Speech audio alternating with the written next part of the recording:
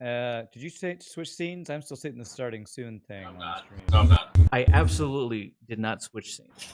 I thought I hit the Cool. button and it just didn't work. All right. I apologize to everybody who thought they were going to see a bunch of idiots. There we go. Instead, you just see me. Again, we're playing Horizons Unknown After Earth RPG. We have our amazing cast here this evening. We have Ryan, aka Rev 118, aka Ran 118. Whichever day that you check him out on. How you doing, good sir? I'm doing great. 118 days of goodness or something. 118%. Yes, that's right. And we have, of course, Mike, aka playing Voldo. 118 Voldo the degrees. Recluse. How you doing, good sir? I'm doing good, man. I'm doing good. I'm ready. Excellent. Ready to die again. Excellent. And of course, as always, my brother from another mother, Shane, aka the Good Doctor. How are you doing, good sir? Doing all right. Are Got you? my sweet Batman hat. You do have the sweet Batman hat. Hopefully, that Batman. In defiance of the movie coming up. I'm just kidding.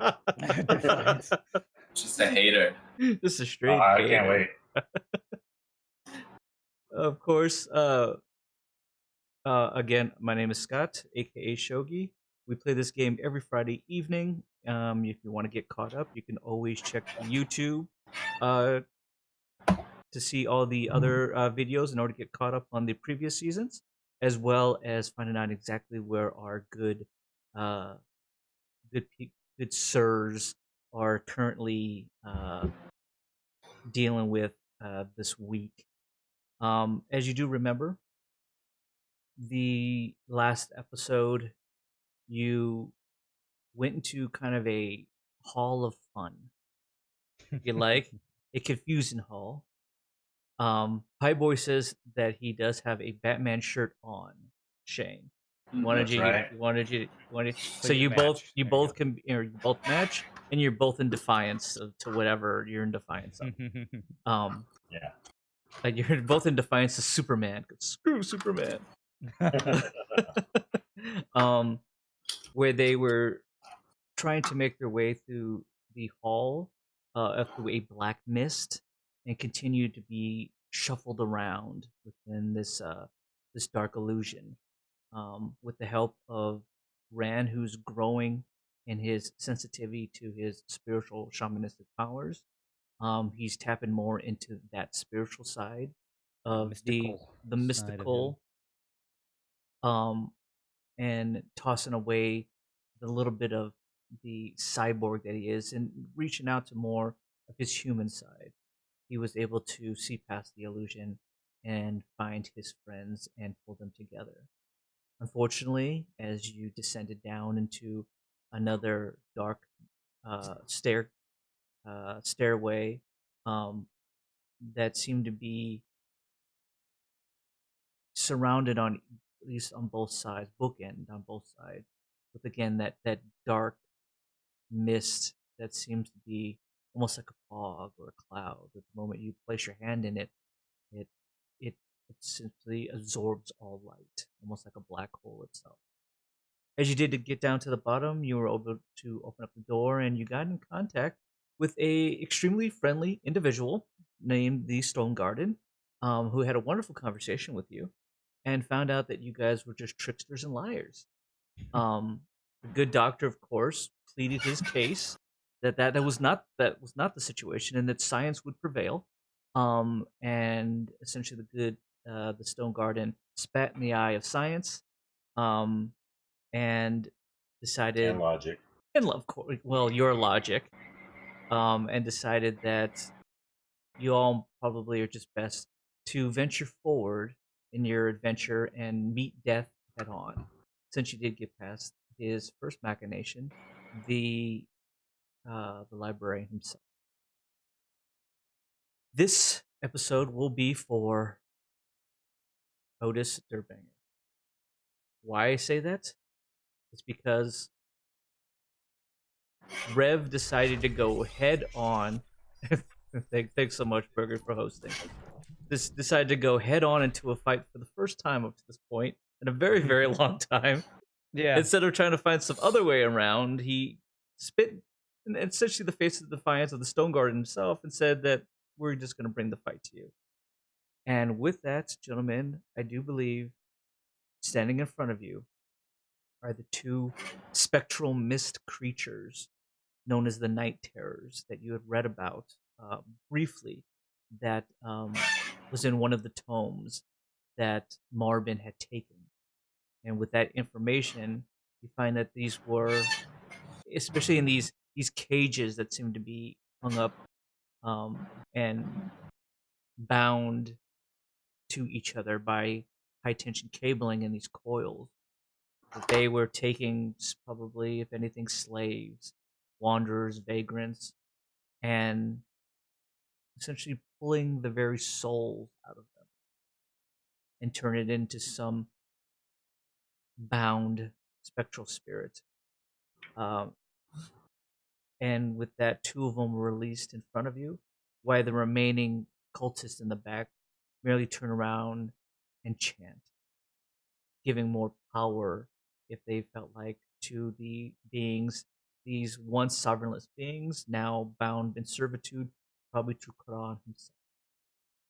With that, gentlemen, we're just going to jump right in. You've all decided to fight. If you could, roll your reactions right now. 14 minus 7. So 7 for me. Oh, that's right. 6. 8. 7 for you, Ryan. Yeah. Voldo was 8, correct? Or was Voldo 6? I was 6. Voldo. Good doc. 8.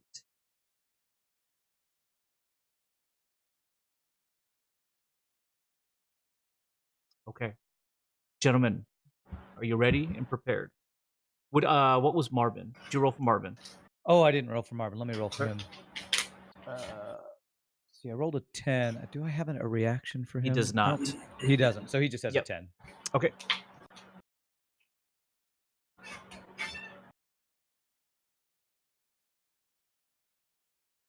Ryan. Yes. You are 1 through 2. Mike, you are 3 through 4. And Shane, you are 5 through 6. Okay. Voldo. You stand. I'm to assume you guys are not fully inside the room itself. I do believe you're standing just outside the doorway. Rev went in with a shield from the dock, is what he did. He walked in kind of first. Okay. So Rev's kind of leading the pack. Gotcha. Yeah, I have a shield too. Right. I think. What's the march in order as you guys are kind of going in? Pretty I believe sure it it was was me, him and then Marvin. Voldo. Didn't Voldo like follow in after me? I know Voldo and Marvin were in the middle. Okay. Yeah, I don't think it was really. Yeah, so I think Voldo started going into Marvin, like was right on his heels, kind of thing. Gotcha. Okay. With that, then, Rev, Yes. as you venture through and you start to get closer and closer, you can feel at this point, even through the shield, it's almost like coming up through the ground itself. Just the electric charge of this room itself. And it makes complete sense with obviously the iron fusion engine powering these cages and such. You can feel it almost like go through you and then past you, through you, as if millions of just electrically charged waves are just passing in through you and just going out. And especially because obviously of your cybernetic parts, there's a little bit more of a conductive ability on there because you're not fully into the Titan frame of what the good doctor is, who's not even really metal anymore. He's some other kind of composite at this point. Doc, you feel kind of the same thing. It's almost like the feeling of a storm, like a lightning storm on the horizon itself. You can feel it in the air. Voldo, you watch as Rev slowly walks into the room itself. Marvin just a little bit off to his side, almost flanking him a little bit. The doctor staying relatively close as well in order to maintain the shield as well. You're kind of coming up the back, even though you guys are relatively close to each other. Roll stealed. Um, 17. If I roll a 1, I don't get that whatever trumps luck that the doc That's does, only do the I? doctor. Okay. Well, 1 for Rev. Okay. Marvin gets a 6. Doctor, would you 6. roll? 6. 6. Voldo. You feel, if anything, that there is something dark and mystical coming from these mists, these spectral beings that are essentially in front of you, that seem that you can actually see through them. Transparent. They're there and then they're gone, almost, as if they're kind of almost like a light in a storm, just flashing and fluctuating in between two different realms and dimensions, as it struggles to keep its form within this. You see, as it turns to you, the two were kind of looking at each other. They were enraged, thrashing at one another, but the moment that you guys start to walk forward, they stop and they turn towards you. An icy gaze can be felt into you, directly through you, as if they're looking into your very soul, Rev. It stops you from moving. You dare not take another step. Okay. You've never felt this way before. It's a feeling, fear. And what hurts the most to you, to your very pride, is you did not feel that way mere seconds ago. Doctor, the same fear captures you as well. There's something at the moment that they stop, something bestial about these things, something that you've never encountered before through all your adventures. It's literally looking into the eyes of a cage beast as it turns towards you, and you stop as well. Marvin feels the same thing. Marvin almost is doing everything he can to stop himself from completely cowering behind you, Rev. He stops. Voldo, you notice that his legs are shaking. You don't notice it for the doctor or for Rev, but with that, Rev, the fear starts to take hold, and you start to turn your head as if you can't even look at it. It's so Do we powerful.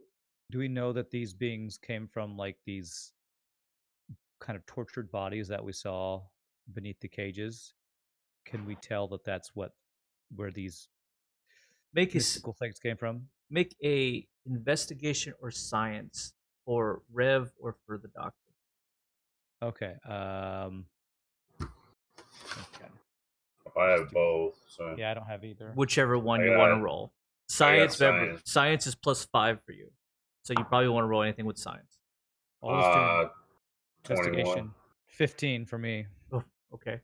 The doctor got a quick glance before you started to walk in, just with what he was able to pick up and take a look at, and by the bones and the carnage and some pieces of flesh that are still kind of like being burnt and melted away, that they were probably at some point live human beings that were in there, whether they be humans or Soldarans, or even some fusion of a cyborg, that they were used in order to create these things. That Okay. a soul needs to be taken in order for it to be housed within these spectral beings. Okay. A sacrifice needed to be made. Voldo,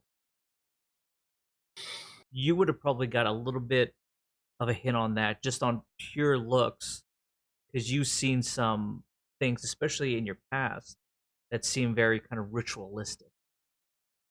Um, in regards to some of the things that you encountered when you were young, when you started to first become one of the Red Crows, that it seemed something that's very primal instead of something that has any almost a way to look at it is there was any honor in that sacrifice. It just was this was something that needed to be taken. We've taken it by any means necessary. Well, and the reason I asked that also is because I feel like another reason Rev might be paralyzed is his enduring factor of searching for redemption. He's always trying to protect those that. So if he sees that these were prisoners or people that didn't have any defenses, he's probably overwhelmed by like sadness or pity or something like that. I would say that the feeling is just for you, Rev. It's just pure fear. Mm-hmm. You've seen enough in regards to this kind of carnage before that you've done this kind of stuff even in your work, in your profession, that you've looked past it. But maybe at this point of your journey, you're a little bit more sensitive to those things. That you've tried to become the hero a little bit of a past that seemed to be more about just getting by and running from something. That this almost makes you turn away in a bit. It's fear, but there's also a little bit of shame. Okay. Voldo. These are souls that can't be saved. Exactly. Voldo, you don't take your eyes off these two spectral beings at all. They seem to now look past Rev and the Doctor and even Marvin. And they both, at least in your mind, it feels like your gazes are directly upon you. And as you return their gaze, you see that the one on the left dematerializes. And only one is standing in front of the group itself.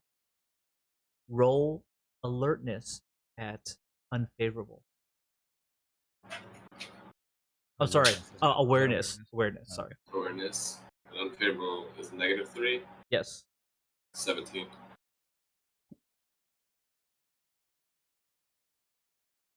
You jump back as you see it materialize mere inches away from you. This mass now standing in front of you. You can still see through it. You can feel it's almost misty, frosty, like essence being released upon you. What color is this thing? It is a bluish white. Okay. To it. When you take a look at its face, what you see is a face that is distorted. It is warped. It is one of pain. It is one of anguish. It is one of pure horror. Maybe it was the last face that was made by whoever inhabited that soul previously, due to whatever ritualistic magic that they were kind of doing, this necromancy or whatever it may be.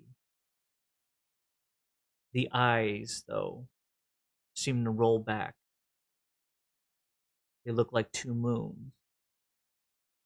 And then they roll back again. And then they're just black voids.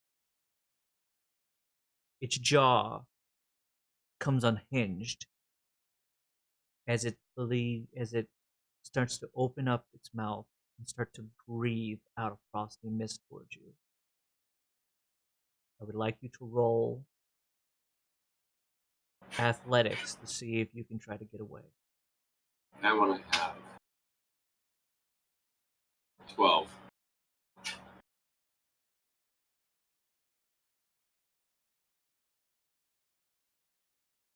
You barely get out of the way. Just barely. But as you do and you try to jump back, you do know that your hand, almost a bit of your arm, gets caught in that frosty vapor. and ice fragments start to grow over the top of it, and they start to go black. They become corrupted as you pull out of it. But you can still feel at the tips of your fingers that tingling sensation. And the feeling is of life being drained from you. With that, Voldo, you're going to go first. At the beginning of this encounter, what would you like to do?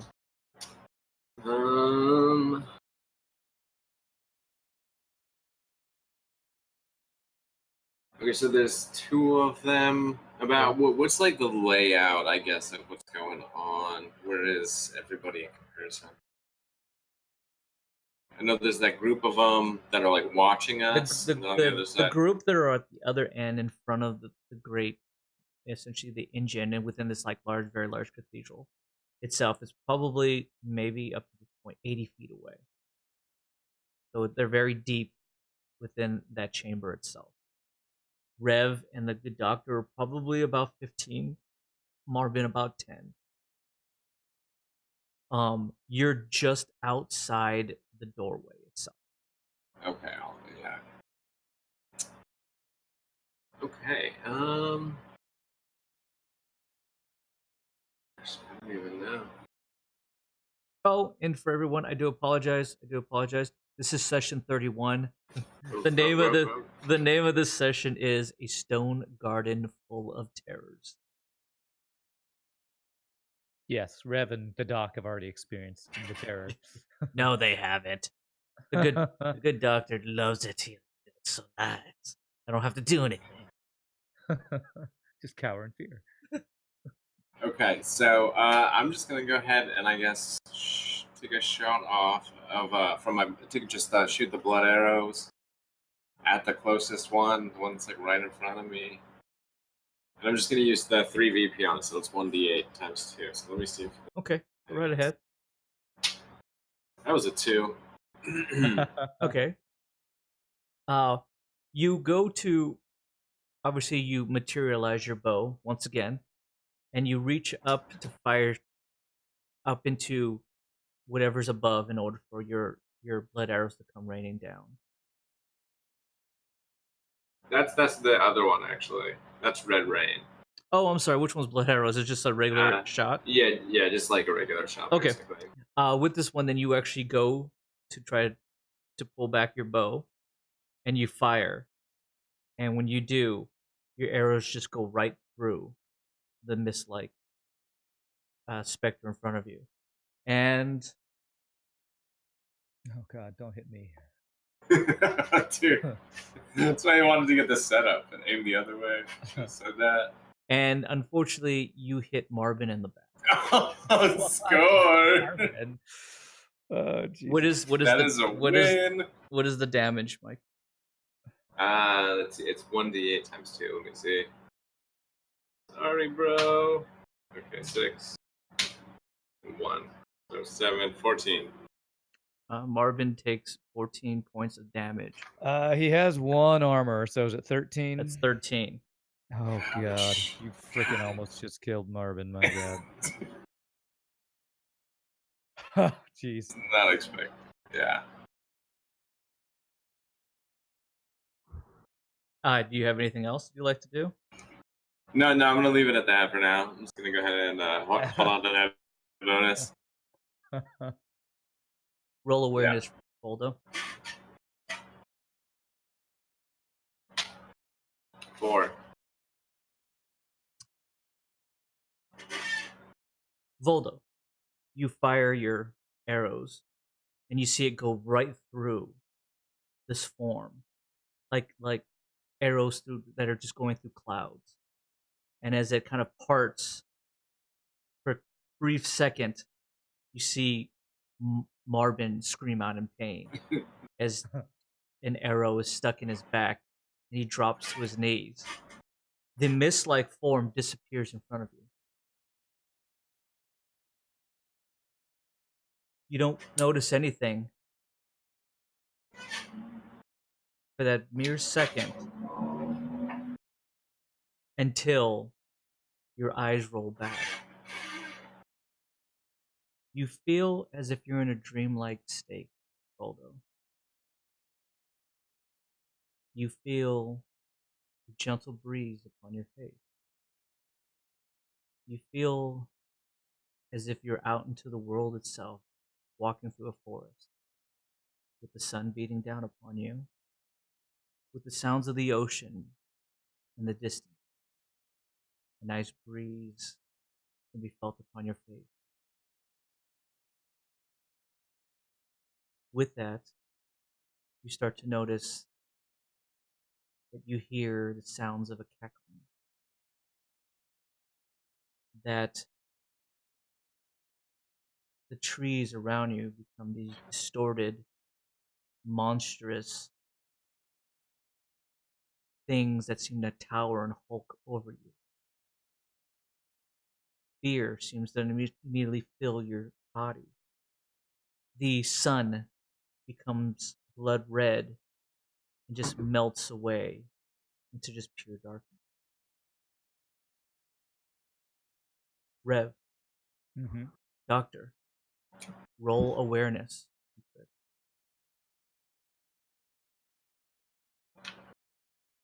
9. 9 as well. Voldo, you feel screams. I'm sorry, you hear screams and you actually almost feel them in your bones as well. The screams of you when you were a child. You feel as if every muscle is being stretched. Every bone is being broken inside of you. You can feel the heaviness of leather whips on your back, striking you over and over again. You hear the chants. You don't know where they're actually coming from. It seems to be coming from all around you. Doctor and Rev and Marvin turn to see that night terror right in front of Voldo, lifting Voldo off the ground about 5 feet. Its elongated spectral claws dug into his abdomen. Voldo's head cocked back, his eyes rolled backwards. The being's mouth is open, and you can see that vapor being pulled into his very essence, his very mouth itself. And you can see a white essence being pulled from Voldo, as well as strains and strands of red, whichever blood was left in Voldo. After all his argumentation, he's being sucked into this night terror. Voldo is not responsible. Unreal, guys.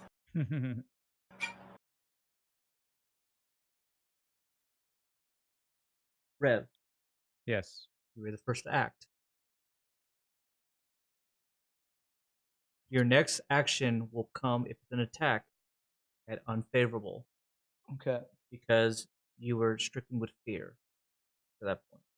Yeah, I have something strange I'd like to do. This night terror, is it basically a part of Voldo right now? Like its body is intertwined with Voldo's body? It is not. It's Okay. when you take a look at it, it is merely Is it pulling like its the claw life. stuck in its abdomen? Yes, Okay. but remember, even the claw itself is still spectral. It's still transparent.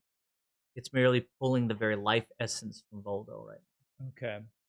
Well, the strange thing I would like to do, since I have seen that these things are kind of a strange mystical essence that must be at its root some soul of inside of it. I actually want to try to use spiritual regeneration on the night terror itself.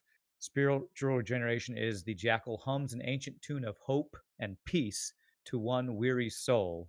If successful, you fill the weary soul for a brief moment with spirits of the ancients, allowing the host to regain VP. So normally it's a heal, but I want to see what happens if I use this ancient song on these weary soul. I want to see what happens Interesting. to it. Interesting. I like it. I like it. Let's go for it. Let's try. Okay. So I have one. It is at stage 2. Does that mean I roll 2d6 to see if I'm successful? You always roll the 2d6. Yeah. Okay. But your very first roll out of those two, roll them separately. Okay, roll them separately. Okay. Roll the first one. The only one that can be successful is if it rolls 6. That will be your unfavorable roll. Okay. So the first one I rolled a 3, so that's not Okay. a success. And then with the other one, you can roll it normally. Okay. Second one I rolled a 6. Okay. Okay. So I hum an ancient tune of peace to this night terror and see what happens. Interesting. Okay. I will say normally what this would do would restore 4 VP a round for 3 rounds is what it would do normally. So I'm curious what it would do. On which one? On the one that is attacking the Voldo? one that's attacking Voldo, yes. I feel like I'm turned away from the other one because of the fear, so Sure. I'm kind of turned back towards Voldo and seeing this. As you begin to focus again Mm-hmm. and hum your chant of restoration, your hope is that you focus more on the restoring of the peace and maybe allowing whatever soul that was once there in human form to be released. Roll a d20. Okay.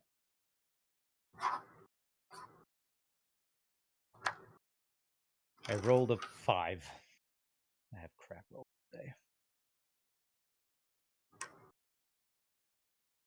You begin to hum, you begin to chant.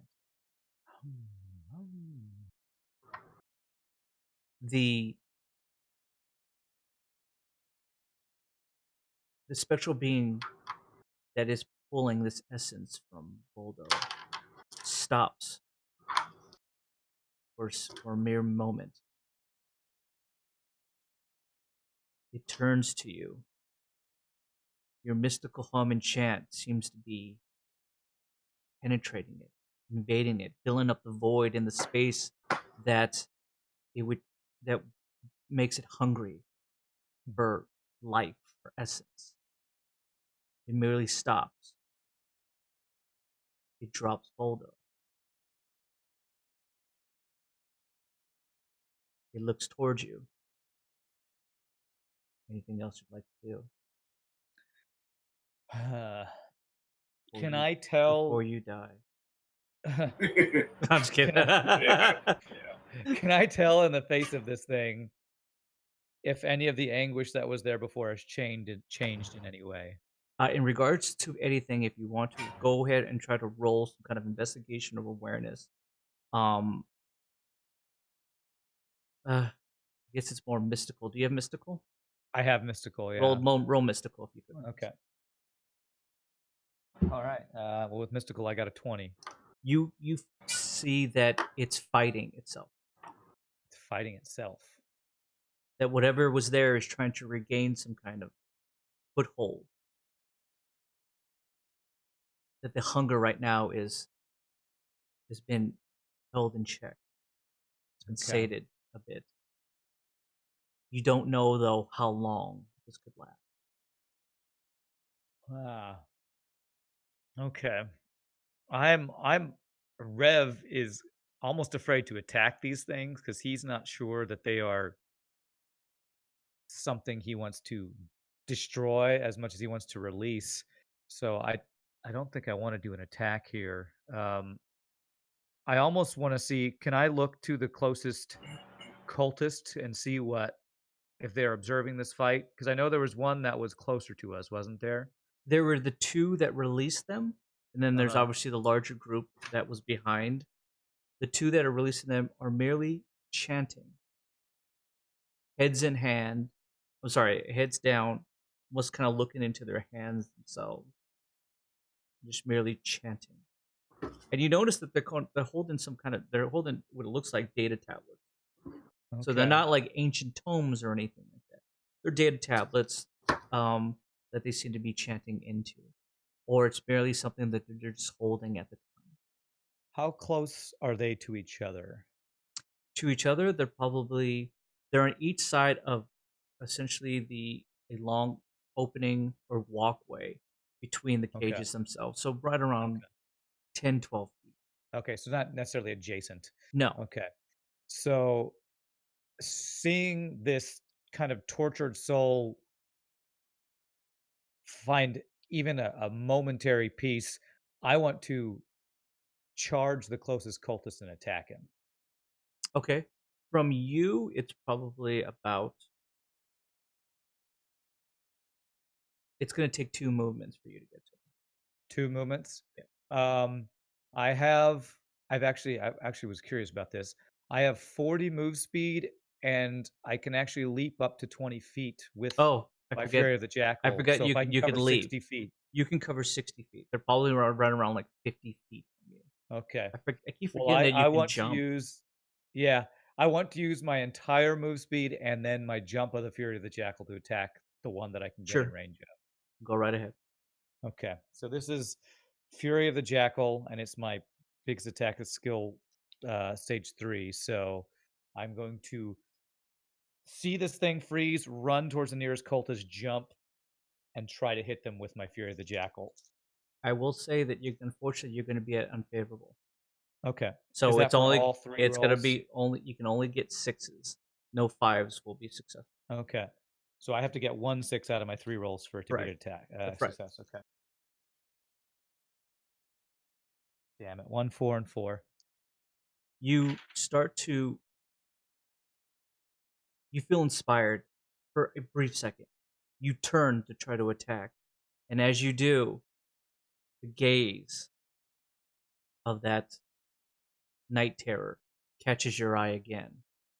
As I'm in mid jump. And you merely, before you even get into that jump, you slow and you stop about 20 feet into your full movement.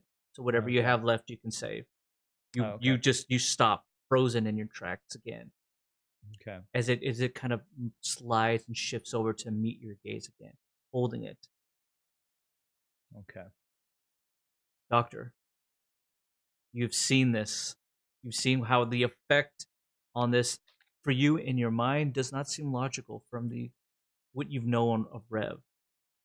You feel what you feel, that fear, something that's stopping you from doing something, almost slowing a very cerebral mind. You probably think might be the same thing that's affecting Rev. As he almost stops in mid-attack. What would you like to do? How close am I to Voldo? You're probably, I'm guessing probably like 10 feet.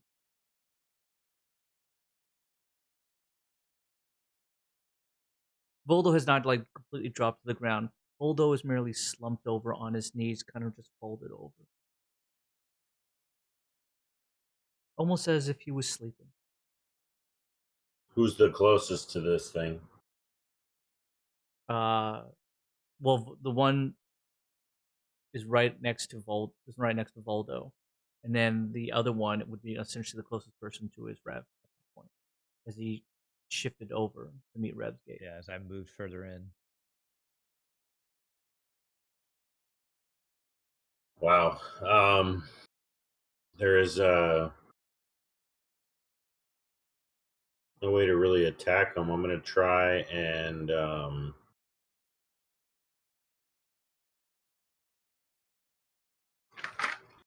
sling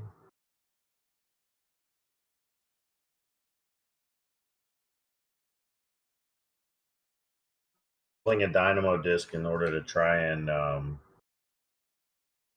place an effect of cowering. On the one that's next to Voldo? Yeah. Go for it. This one I will give it to you at favorable, as he's currently fighting whatever Rev has kind of put into him. He's fighting a spiritual battle. An ancient tune of hope and peace is trying to I would like at some point affect him. I want to hear. We need to get like the Rev hymn soundtrack to be released to everybody. What sounds like hope and peace to Rev?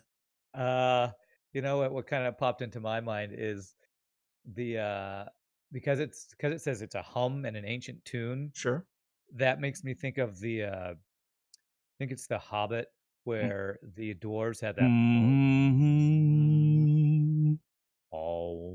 Yeah. With like the cold I think it's called the Cold Mountain something. Yeah. Something like I rolled a 1.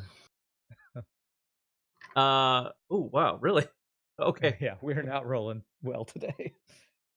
Excellent job. Whatever Pi put up there, somebody, it's probably I the think song. that's the Misty Mountains Cold. Yeah. Yeah, the Misty Mountains Cold. Thank you so much. There it is. Doc, That's you exactly actually right. You actually go to like take out your Wait, disc. hold on. What was that? My prep trumps luck. That's right. Or luck trumps whatever the hell. Preparation. I roll a 1 so I can roll again. Preparation trumps luck. Trumps luck. Yeah, Okay. go for it. I'm always prepared to roll a 1. 4. Awesome. Oh wait, you said it was at favorable. Yeah, which is favorable gives you advanced accuracy, so it's 4, 5, 6. Ooh, 4. Okay, so you take it, you fling that little sucker. It slides right underneath him and releases some kind of. What is it that you want him to cower? Is it like just like flash of light or something that you release it?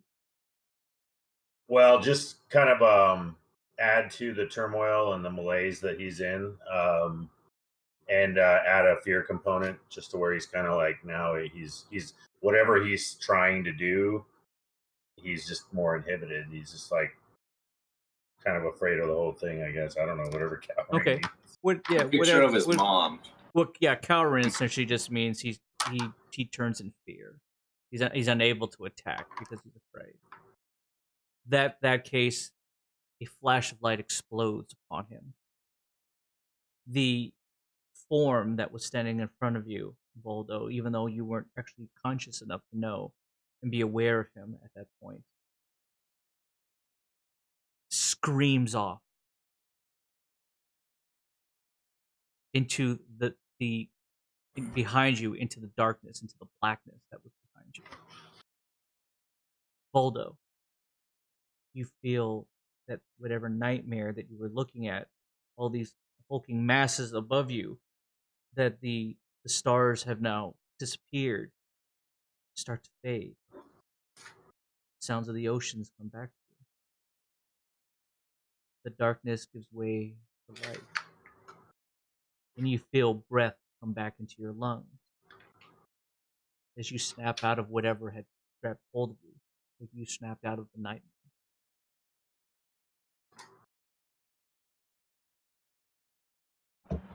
Was I supposed to roll damage on that?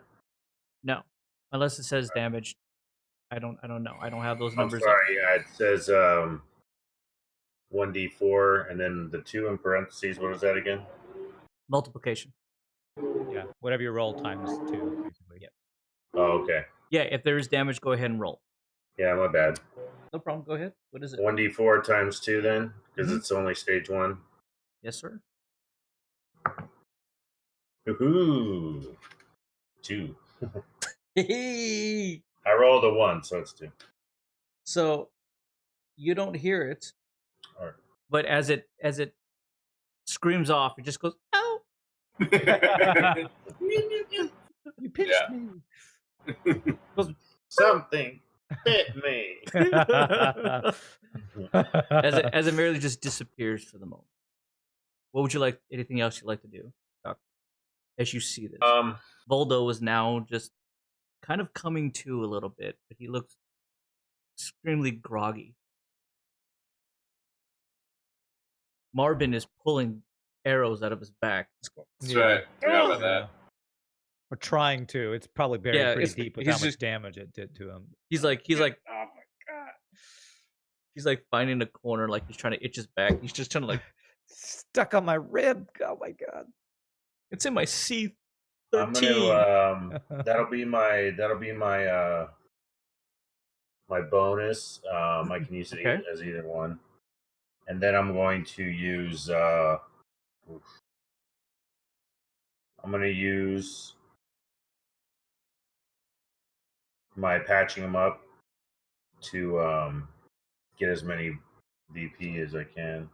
Okay. When it says restore 2d6 plus upgrade level, Whichever up, how many times has it been upgraded? none. Okay, so it's only Okay, on the so- first. Yeah, it's so 2d6 plus 1, or times 1, or whatever it is. It works out. So it says to one ally and yourself. Okay, so you can give it to yourself and one other ally. All right, Voldo. Okay.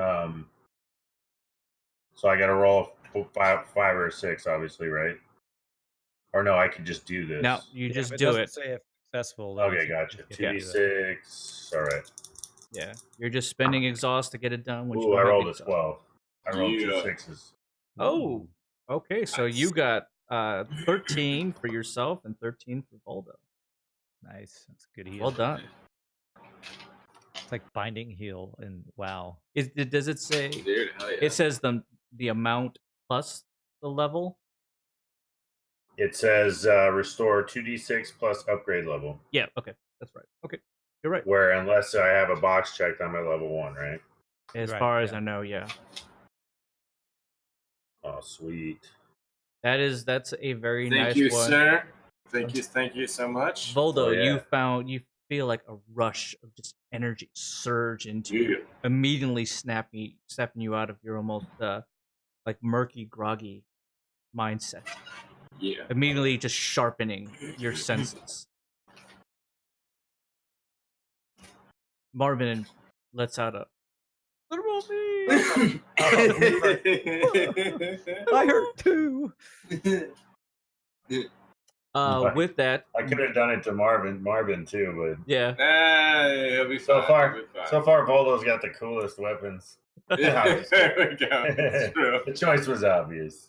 Go ahead with Marvin. What would Marvin like to do? Well, if it's Marvin's turn, the first thing he's doing is saying, "Screw you guys." He's using his first aid heal to heal himself Sure. because he is at 3 VP at the moment. Oh my From god. freaking Voldo. Oh, But first aid wow. heal is you can heal yourself for full. Yep. Okay, for full okay, exhaust. So okay. That's his Marvin's first aid going heal. to grit his teeth, yank out this arrow, throw it at Voldo, and then start patching himself up to get his health back. You got it. Wow, that's a 42 heal right there to get him back to full. Yeah, he doesn't have much that he can do. But he can heal himself. He can heal apparently. himself. Okay. He can't do it a ton of times unless he can get No, those, he can't do it a lot. unless he can get those out of your exhaust back. But yeah.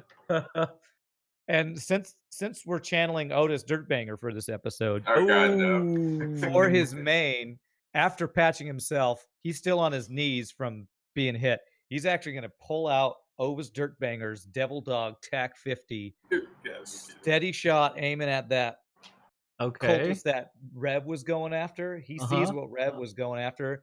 He's going to try to shoot him in the head. That's what he's going to try to do. Okay. For that, we're putting burgers and helmets and cheese in the hat for Otis Dirtbanger. Go for That's it. right.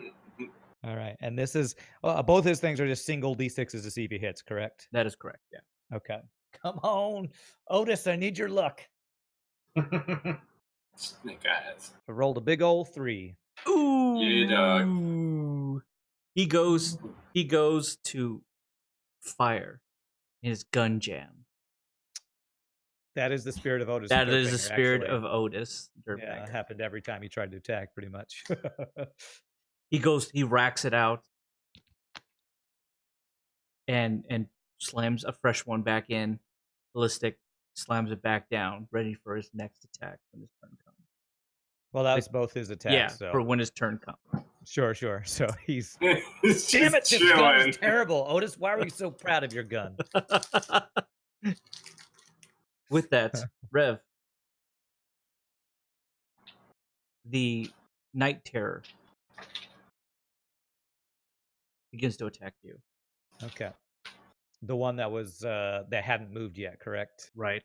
It was Okay. just in front of you. Mm-hmm.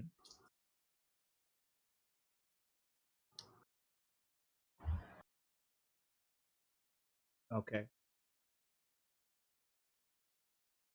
Its first attack, Rev, you feel as if for a moment it tries to pierce your very mind.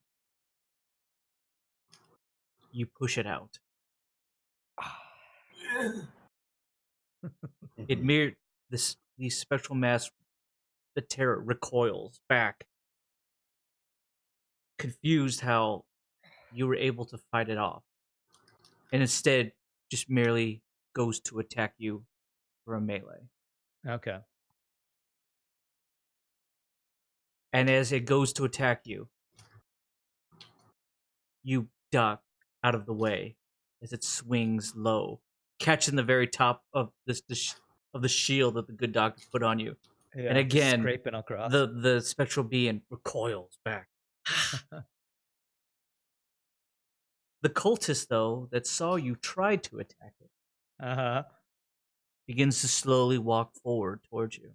He saw me? I thought he was chanting and staring at a little iPad or something. Oh, they can see. They're playing Fortnite. As he's sitting there walking towards you, still holding that data pad. He takes it and he puts it away. And he reaches down and pulls out essentially a metal whip. Oh, wow. Uncoils it out. In a moment that it hits the ground, it snaps with electricity. Whew. Yikes. Makes me shiver. It walks up to you, He looks like Mickey Rourke. and then it darts towards you and comes cracking down.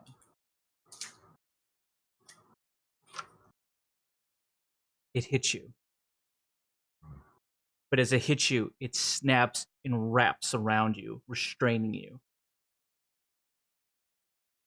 Does the shield from the doctor do anything to It does not reduce stop this? it from restraining you. Okay. It only stops So it from... would it be like it like kind of held up my hand and kind of wrapped around my arm and If you like it to be that way, sure. okay. Would Yeah. you? Are Yeah, you if it- saying that you in a case like that you would have put up your hand? like if kind I of saw defense? this whip coming, I would have like kind of flinched Okay. and put my arm up. Then it goes and it wraps around your arm. Okay. It just happens to be the same hand that was holding your weapon. Not like you Oh. can't just drop it to the other hand or anything like that. But it holds it and restrains it and starts to pull at it. Okay. You are going to take some damage, but obviously the shield itself, I believe, negates it all. Is that correct, good doctor? Yeah, It absorbs all damage. But then it Absorb all drops. damage from one attack. Well, yeah, I mean, after this turn, it's gone. Like, mine's gone, right? Because I already went. Yep. So for that one, this one, any damage that would have been done is completely negated. You're not going to take any damage. The shield drops, but you're at least this hand But I'm is still restrained. Gotcha. Okay. He merely like looks and laughs. Yeah. He seems to be having a little bit of fun with this one. Yeah. He enjoys his BDSM, I guess. As that happens, the other guy that was on the other side, and the cultists in the back, you notice all put away their pads and their tomes, and they go, Oh God! Clap for him. All right. and then they go back and continue their hums and their chants. Okay. Voldo. World awareness at favorable.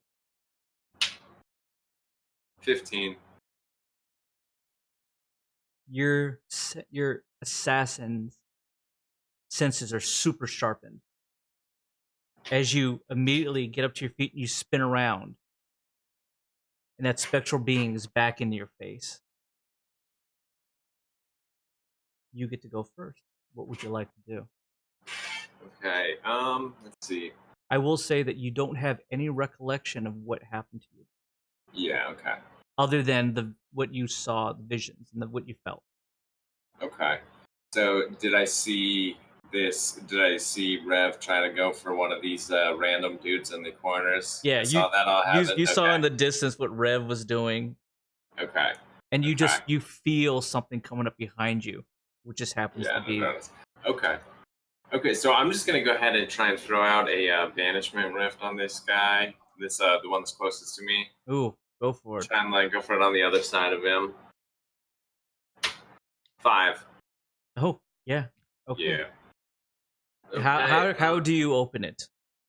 Ooh, you know what? I can have fun with this. Okay. So what I want to do is like, I want to trip him. Okay, I want to trip him. Okay, and then jump on top of him to the other side of him.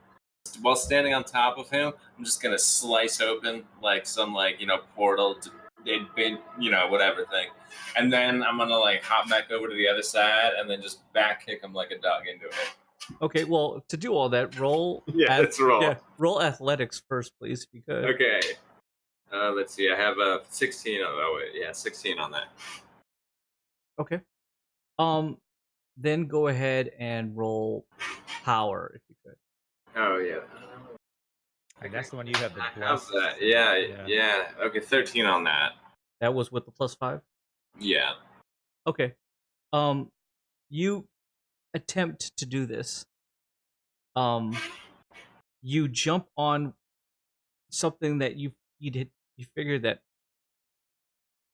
the eye test tells you that there is no form, but you decide to try this anyways. And as you jump upon his head or shoulders, is that what it is? Yeah. Let's go with that. You notice that your foot starts to go through That's right. I wasn't even thinking. this, and you merely slam in top of him.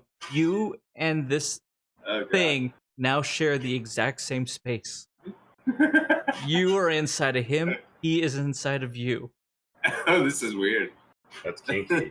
Yeah. You turn around and you slice to create your banishment rift, immediately open it up. And you feel yourself and him being sucked into your own rift. Yeah, okay. Fair enough.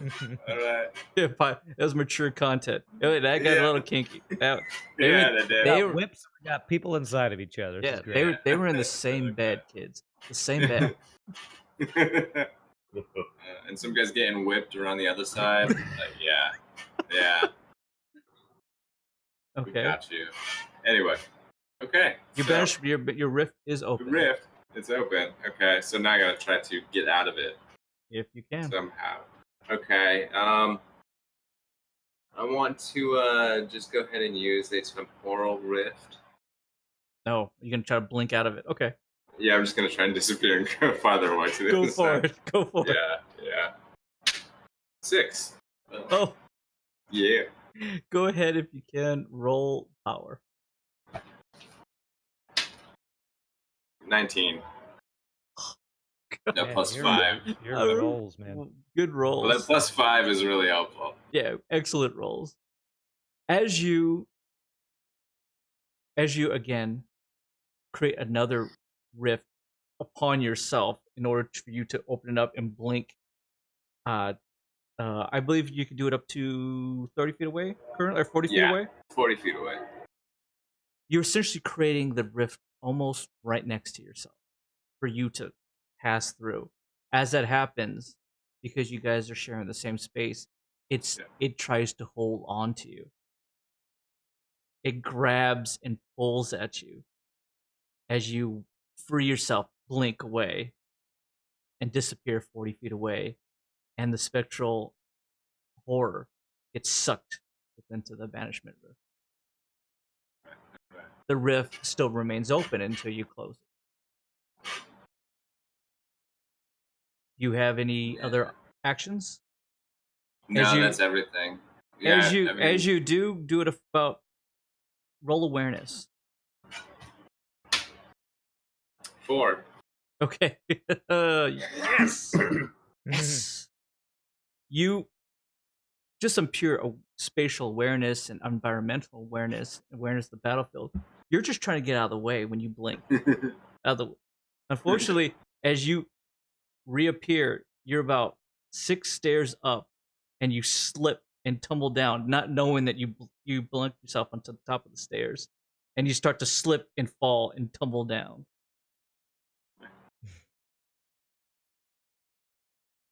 Take 6 points of just bludgeoning damage as you roll down to the bottom. Does my armor negate that? No. No, nothing. Okay, cool. Yep. Got you. Is there anything else you could do? No, that's my main and my bonus. Could he use his movement to like? Yeah, I was gonna He say. could. Roll roll an awareness for Marvin though, if you could, Rev. Okay, awareness for Marvin. Oh. 8. Okay. Unfortunately, Marvin didn't see this in order to have a good laugh. Okay, good. All right.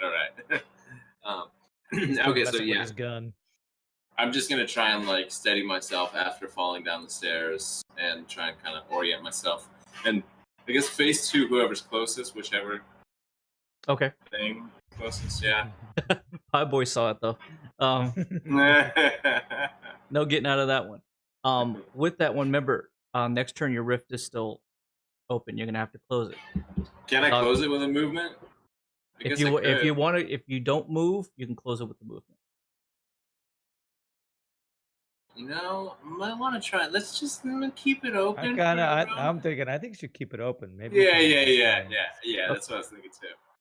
Not a problem. We'll keep it open. And sounds good. Sounds good.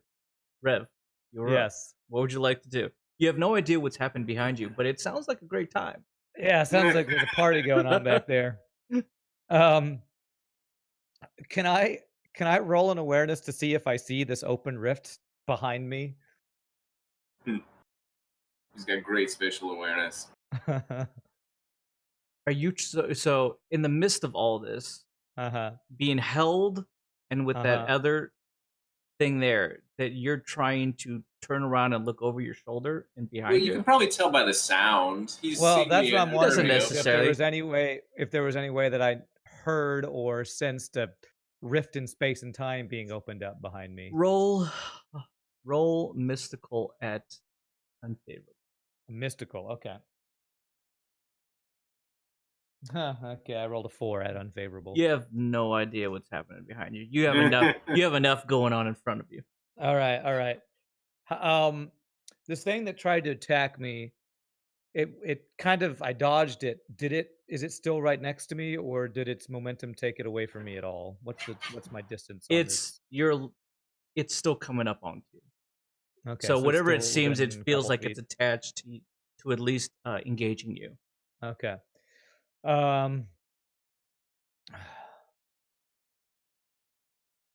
Arcs of energy start to coil up again. Yeah, on this whip that's still entangling my arm. Into the cages around. Oh, into the cages. Oh, gosh. So you said that these two guys were on either side of some sort of hole or pit or something, right? A walkway. A walkway. Yeah. What is this walkway? Is it like an elevated thing? Is it just a sidewalk looking thing? What is this? It's just a cobblestone walkway that would take it all the way up to the front of this large cathedral where that cultists are sitting. On a little bit of a riser where the fusion core engine is sitting. How close is this cultist to one of these cages that the electricity is running through? 5 feet. Okay, I would like to try to do another strange thing. I would like to. How long is this whip that I'm attached to? 3 feet. 3 feet. I want to try to wrap my arm around this whip while approaching him to give me leverage to pull him into my arms to throw him into one of these cages where the electricity is arcing. Fuck yeah. Basically, I want to use my power to use this Yeah. guy's shit against him is what I want All to right, do. then we're gonna roll power. We're gonna roll power versus power. Okay. Yeah, bro. Power Okay. match of the universe. Oh my god, I have this keyword and I rolled a 6. Yeah, I rolled a 6. That's with my +3. You go to pull. He immediately feels that you're trying to obviously use his energy against him as he pulls back. Mhm. And you guys are merely at a stalemate, holding. Really? It's completely taut, and he's pulling and you're pulling. No one giving. It immediately hits your pride a little bit because he's not. I'm made of metal. Come on. Yeah, he's not cybernetic at all. Okay. Since we're kind of at a stalemate, can I use my athletics to roll towards him and then push him into one of these Well, what I will cages? allow you to do is see if you can roll athletics to get to him, and then see what you can do after that. Okay. Okay, so go for it. All right. I have my new legs from the dock. I'm hoping my athletics will be better. Sure. Oh my god. With +5, I got a 9. I cannot believe my rolls today. My awareness is less than your crappy roll. Than my athletics. So Thank you. he doesn't catch the fact that you guys are having this tug of war, and immediately you give up the slack and roll towards him for him to combat roll him. Yeah. for him to see anything. It's merely like, what? And you're right in his face.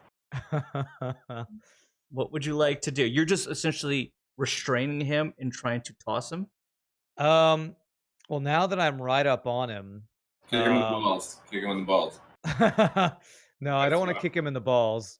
I'd actually like to. Kind of my thought was that I would roll to be within range and then kind of body check him or body kick him into this. Kind of use my momentum to push him into this this cage. These that's hanging electrocuted. cages. Yeah, these above. hanging cages. Okay, go ahead and attempt to do it. You're attempting an attack, so it's still right. So it's still a D6. Still a to see if I D6. succeed. Absolutely. Okay. Come on, baby. I rolled a 1. Yeah, dog. Oh. Can't do anything today, man. As you do get in front of him, and you attempt to try to almost restrain him to toss or anything like that. He breaks the restraint and jumps back Okay. about a couple feet from you. Is his whip still around my arm or in No, his- he is oh, has it come loose? he's Okay. unwrapped it, and he snaps back out, and it immediately just becomes essentially that 3-foot large stick now. Okay. Okay.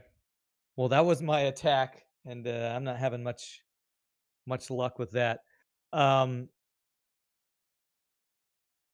With how badly my attacks are going, can I attempt to drop into Mirage to kind of get out You of could his... attempt. I'm trying to think here. With this, I would have to say that you would have to. Usually, you get Mirage. Yeah, usually I just get it. Yeah, I would say you're gonna have to roll Mirage because you're completely surrounded by it. Yeah, I am. Okay, I'm trying to think if I want to do that or try to do splitting image to just distract him. Okay. Yeah, let me just see if I can Mirage. See if I can drop out of his view. Go right for it. Rev's fear makes his rolls suck tonight. So, RNGesus. RNGesus, please. I'm not even looking at this one. 1. 2. Oh, how? Statistically, that's. These are what happens in my FTL things, by the way. I get hit with a 95% dodge. It sucks. As you go to try to Mirage, you see one of the cultists that you were engaged with put out his hand and cast disallow against you Okay. and stops you from attempting to do whatever you want. And he merely, These guys are laughing at me like it's the funniest thing in the world. you need to stick around. Doctor, again, you've watched Rev essentially take on, it's 2 against 1 on poor Rev. It's Up to this 3. point. There's 2 cultists and this freaking giant It is night terror. It is 3 against 1. And Rev doesn't seem to be having much luck. Voldo is doing his thing in the back. And Marvin looks 10 times better than he did about 30 seconds ago. He's just having an argument with his gun is what he's doing. Yeah. What would you like to do? Jeez. I'd like to just mention, as a kid, I had night terrors, so they must be affecting me in real life now is what's happening. Affecting my rolls. Some like Wes Craven's New Nightmare type stuff. Yeah, there you go. All right. Well, so the night terror guy, he's Freddy are they Krueger. all like bearing down on Rev? Is that what's Pretty going on? much. Pretty much. Oh man. As well as he's up against one of the cultists. The other one is still kind of like standing there waiting. And then, of course, the clapping cultists in the back are back to humming and chanting away. They don't seem to be concerned at all with your presence. Marvin Dirtbanger. Marvin Dirtbanger. Yeah. I just like how Marvin it is now. So who's closest to me then? At this point, they're probably equal amount. Voldo ended up going farther back a little bit. And stumbling. If I try and attack whatever, Voldo's still kind of mixed up with this thing, right? No, whatever was mixed up with Voldo was disappeared. That's just And you do gone, see bro. that he has one of his fissures, his rifts, wide open. Oh, interesting. Yeah, so watch out for that. Don't step in it. Yeah, don't step in it. Bad things. Who? I'm going to try and ion crackle one of the cultists, whichever one's closest to me. Okay, you probably have to attempt to move to get close enough. I had to go like 60. Because he had to go about 60 feet. 60 feet to get. Oh, really? There's that much room in this place? Yeah. You probably could hit the night terror, though. But you would still have to move. I'm going to move 40 feet towards the closest cultist. Okay. Does it have a distance for your iron crackle at all? I don't think so.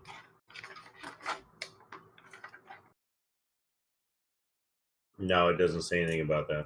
Okay, it's usually around 30 to 40 feet anyway, so you should be fine. I rolled 2 5s and a 6. If you roll 3 6s, dude, that's straight unblockable double damage. Shit. Yeah, that's a hit. That is So absolutely now a I hit. got to roll for the damage. You do. Which one is the closest one? The one I've been fighting or the one that's been watching?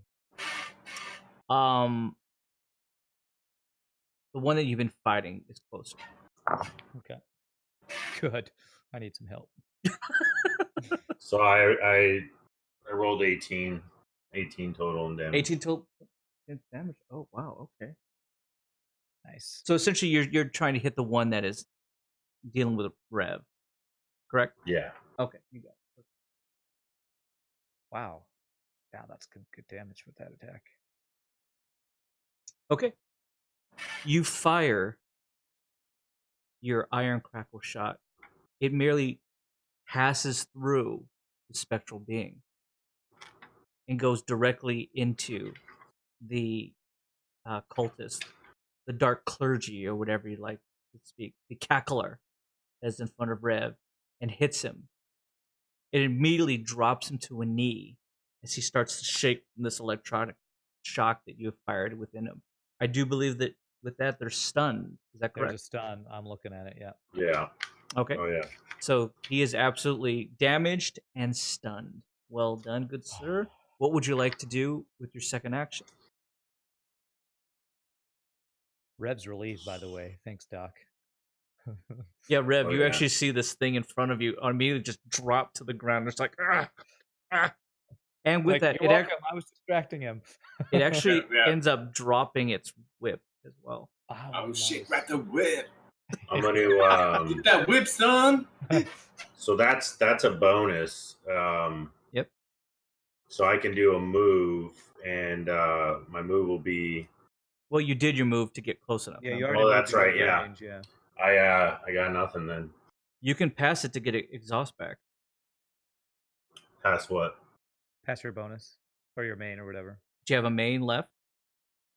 Oh, I meant main. That's what I meant. Okay, so you have a bonus Yeah, left? my main.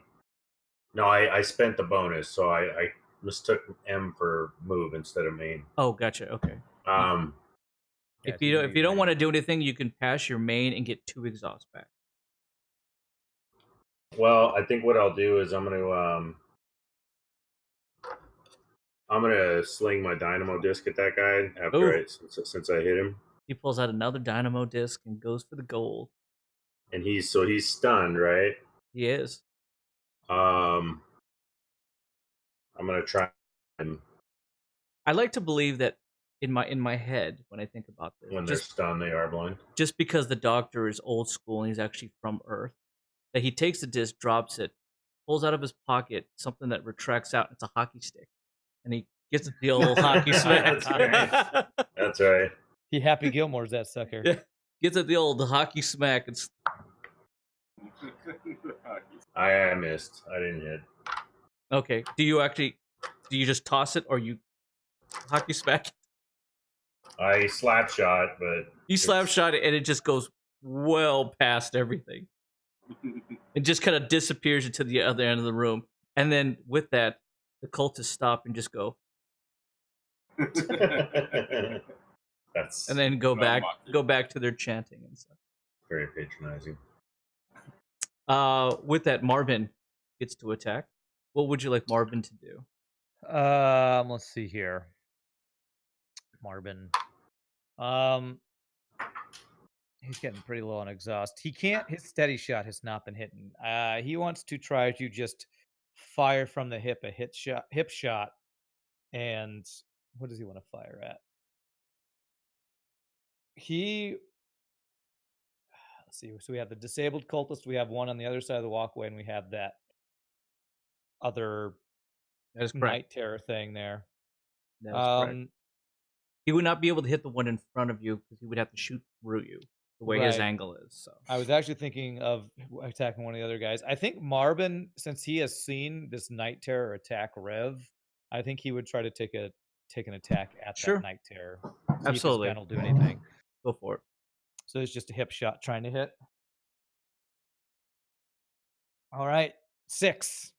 Marvin hits. Boom. All right, so give us hip some shot damage. It's only a 1d10 on this guy, so let's see what happens. It is something. It is something. And he looks cool while doing it. So I believe that is a 2. All right, so 2 times 2 is 4. 4 whole damage he does. yeah. So often. You graze him. Yeah, that's all we're doing to these things. Apparently they're hard to hit. We did manage to banish one. Marvin turns and he sees Rev being attacked, and just as he kind of like racks that and fixes the jam, he just kind of fires just like prematurely, finger on the trigger as he kind of sees that, and it's just kind of like one of those knee-jerk reactions that he sees his boss in dire straits and fires, and he's not able to just really get a good shot on this thing, and it just grazes it. But it does not pass through. It actually does hit. Okay. The electricity drops out of the room for a mere moment. Interesting. You notice it kind of works a little bit of kind of a pulse timer a bit. Okay. Marvin is going to He has 30 speed, so he can move. I think he's gonna hold his bonus in case he needs to dodge. But he's gonna keep his distance, but kind of move at an angle so that he can get an angle on the two cultists that are around Rev 2. So he's gonna kind of move maybe off to the side, Okay. half his speed, maybe 15, 20 feet or something like that. Off to which way? Like if he's facing them off to the way, where's the banishment rift? Away from the rift. Yeah. So The he's not rift. going The in rift is behind him. Okay. So is he go? Because he's in the room. Is he venturing underneath the cages themselves? At this No, point? he's gonna stay on the edge. He doesn't want to get near those cages. Okay. Fair enough. So maybe 20 feet, staying along the edge of the room, trying to get an angle on these cultists. He's hugging the back wall. Exactly. Off to the side. Okay. Yeah. Fair enough. And actually, he's not going to hold his bonus. He's gonna pass it so he can get exhaust back. Okay. Not a problem. With that, the Night Terror gets to go. It's attached to Rev. It's just going to attack Rev. Mm-hmm. Wrong.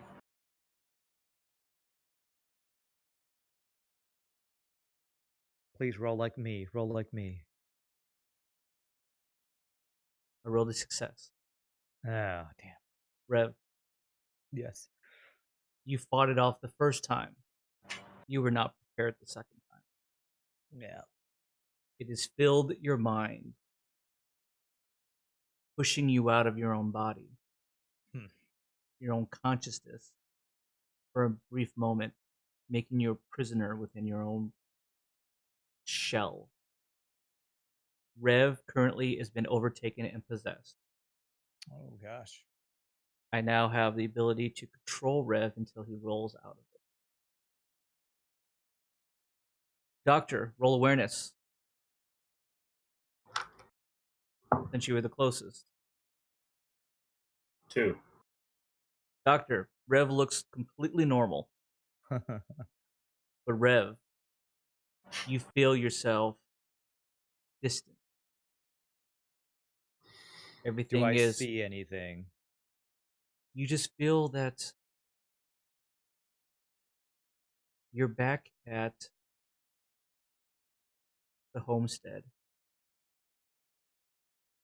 where you first found Mother. Okay. And you're merely standing out looking into the oceans of soul upon that cliff. Mm-hmm. And you feel content. You feel happy. The happiness, though, you feel is fabricated, manufactured. A part of you thinks that you should just accept it. You deserve this. A part of you feels that you don't. And there's still work to be done. But if anything, as you look out on the wave and you see Kaio and Tavo, the moons, up in the sky, you're content. But you hear whispers, distant whispers, Doctor, of Marvin calling to you, of even Voldo. And lastly, the sounds of an old friend. Come on, Rev! It's not over yet! Get back into the fight! Leave me alone. With that, the elder cultist doesn't like what the good doctor's been trying to do, and is aware that Rev now seems to be under the control of the Night Terror, and starts to make its way towards you. It now picks up its dropped. Oh, you know what? That's not necessarily true.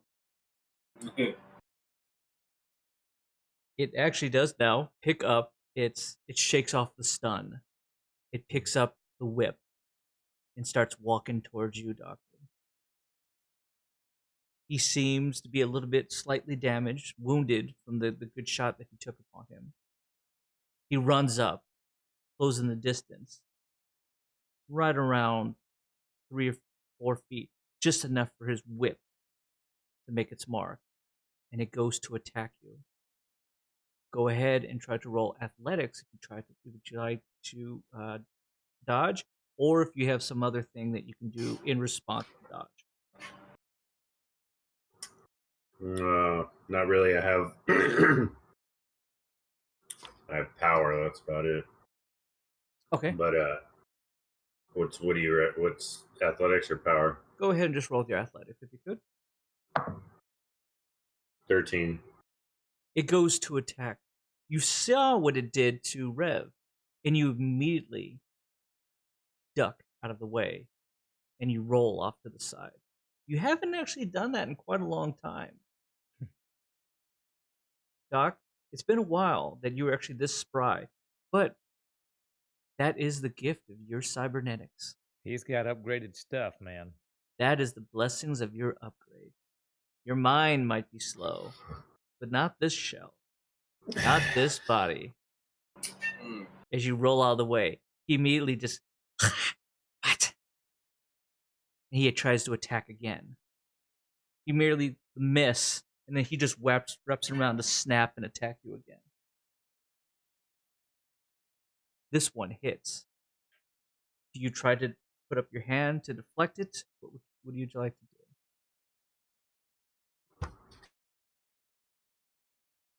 Yep. Sure. What is it that you'd like to do? I just kind of do the same thing Reb did. You're going to put up your hand? Put it on my arm, yeah. Okay. It snaps and wraps around your hand like a coiled snake. It starts to pull at you, restraining your left hand. For as long as it has it, you cannot use your left hand to attempt to do anything. So that does hinder your ability to activate your drone until you try to escape. Okay?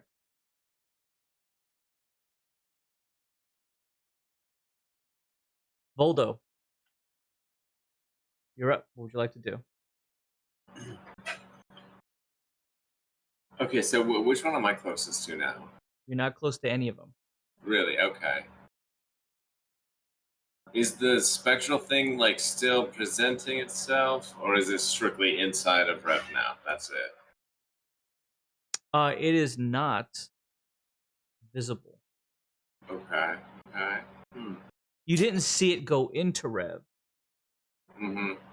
But the moment that Rev merely stopped moving, it disappeared. Okay. Huh. Is there any way I could like use mystical or something to try and figure out if it's still outside of him at least? Maybe just figure something like that out where it is. If you like to try to make a check, go right ahead. Absolutely. 10. You don't get any true sense. There's just too much that is going on around. This place is full of mysticism and enchantment anyways. You can't make heads or tail where it's coming from, if anything. Okay, well, let me go ahead and try and see if I can I use Temporal Rift to try to like transport one person from one place to the next? You can only do it. You can only do it if you were next to them to open it up. Really? That's it. And then push them through. Okay. Okay. How far away am I from? Let's see. Whichever one that Doc is dealing with. Yeah. That one I'd probably say you're about 50, 60 feet. Okay. Yeah. Okay. So I'm just gonna kind of try to run like 40 feet in that direction at least. Okay. But kind of like flank it so I'm like still outside of everybody else. Sure. So like circle along the outside. Okay. And then once I get there, what am I, about like 10, 20 feet in range? Approximately. That sounds about right. Okay. And then at that point, I'm going to go ahead and try and shoot off some blood arrows in his If you'd like to try to do it, I will try. I would allow you to attempt to try to open the rift with a specialized attack. Wait, what? Okay, so wait, if I do open the rift, what was that? I will allow you to try. It can only do it on a 6. If you like to try to open the rift at distance. Well, I'll just go with the blood arrows. Okay. Like, yeah, I don't feel bad about killing these guys, so let me see if I can connect that. Make sure you hit them, and Yeah, and I'm like aiming. I'm aiming right this time. Right? Sure. Yeah. Okay, I got a 5. Okay, that Nice, hits. nice. And okay. I'll just do 3 VP for now. Okay, I got a 1 times 2. 2 damage. Woo! Wow. Yeah. Your arrow, you fire your arrow and it hits him just like right. It almost grazes off the shoulder. Yeah. It goes through like the robe that it's wearing, and you think, oh, it had to have hit, and you see that like it goes in and out, but it just kind of like nicks him. He merely, it's not even enough for him to even turn to even look at you. Cool. Okay. Okay, well, I'm just gonna hold my bonus from that point then. Okay, Yeah. you're gonna hold a bonus. Yeah. Okay. With that case, the last person to work would be Marvin, and then Rev. Okay, so what would Marvin like to do? Well, Rev was before Marvin. Was Rev? Okay, so Yeah, Rev, it was yeah. you're going Voldo to then make Rev. a roll. Okay. Go ahead and make a Just a D6 or a D20? make a D20. Okay. Just a easy D20. Let's see if your will is strong enough to get back into the fight. Okay. Well, if my other roles have been any indication, I have no will. So. Ooh.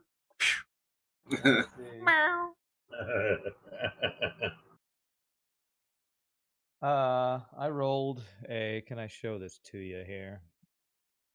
Is that you? Yes, That's a 1. That is a that's 1. a 1.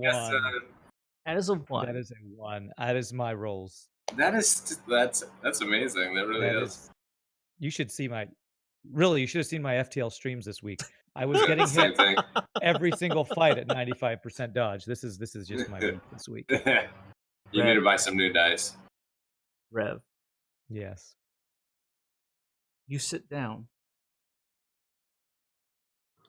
You could feel the wind and the breeze, that ocean air, hit upon whatever is left of your human side of your body.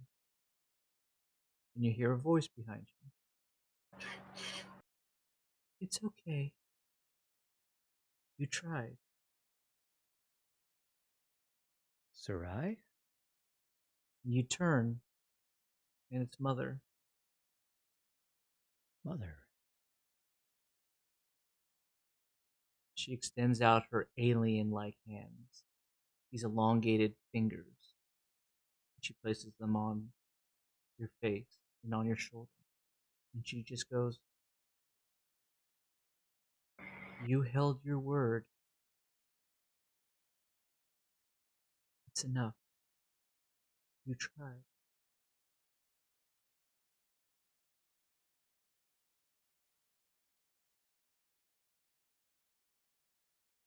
Is there any way I can try to use my blessing of the wolf to fight whatever is pulling me under here? Unfortunately, no. It's just pure will. Okay. Nobody wants your new mixtape. Blessing of the wolf. You feel comforted by her words. It's enough that you don't even think twice about Marvin, about Voldo, about the doctor, about Otis, but Sarai. That one's hard to let go. Mother merely fades away like sand as you sit there quiet. With that, Rev turns around in front of you, Doctor.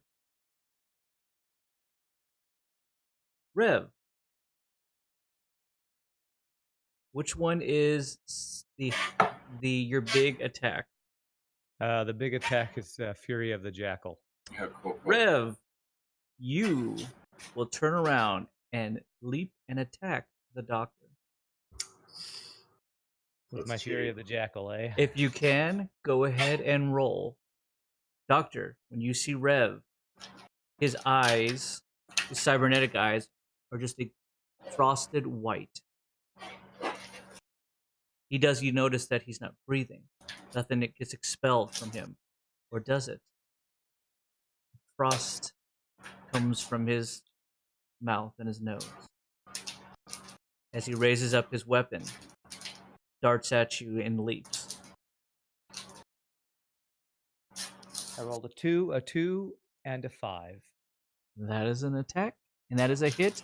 Roll damage. Give me 1 second. Okay. Wow. At Sorry, this point, I can't do anything. You can't do it. You can't fail forever. Only when I'm fighting for the bad guys do I. Let's see. D10. This is God. This is my big. This does 3d10 times 3 is what. Oh shit. Where are my d10s here? Okay. Wow. Sorry about that. I had to let my dog out. It's okay. 8, 2, 10 plus 10 plus 6. So that's 16 times 3. Oh shit. Plus 1 damage because I have a calarium tipped blade. So 16 times 3, 32, 48 plus 1 damage. Yeah, so 49 that just damage. 49 points of damage. Who'd that just kill? Doc. That Yeah. I was attacking the dock. Do you have any armor at all? Yeah, deduct. Not enough to absorb that. I mean, How much I'm would have well into been? the negative. Oh, really? Even with Yeah. some of that? Gotcha. I only had 29. Doctor, Rev turns around, darts at you, leaps up. You're confused. Why is Rev doing this? But it doesn't matter. In the blink of an eye, a flash. And you merely just drop to the ground. Voldo, you see this. Marvin screams out. Roll awareness, Rev. Okay. Do I have any Roll it with favorable. positive or negative? With favorable? Okay. 10.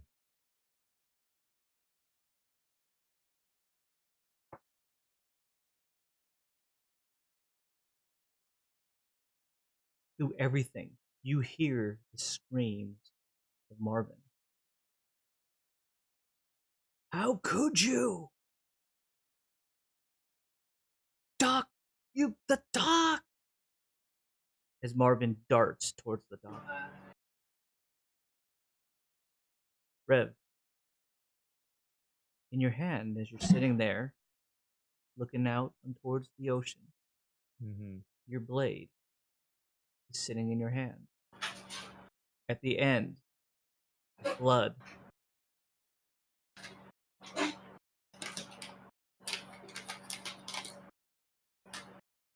You don't exactly know who it's from. It's not yours. Mother's not there. And behind you, you hear a voice. It's the voice of the doctor.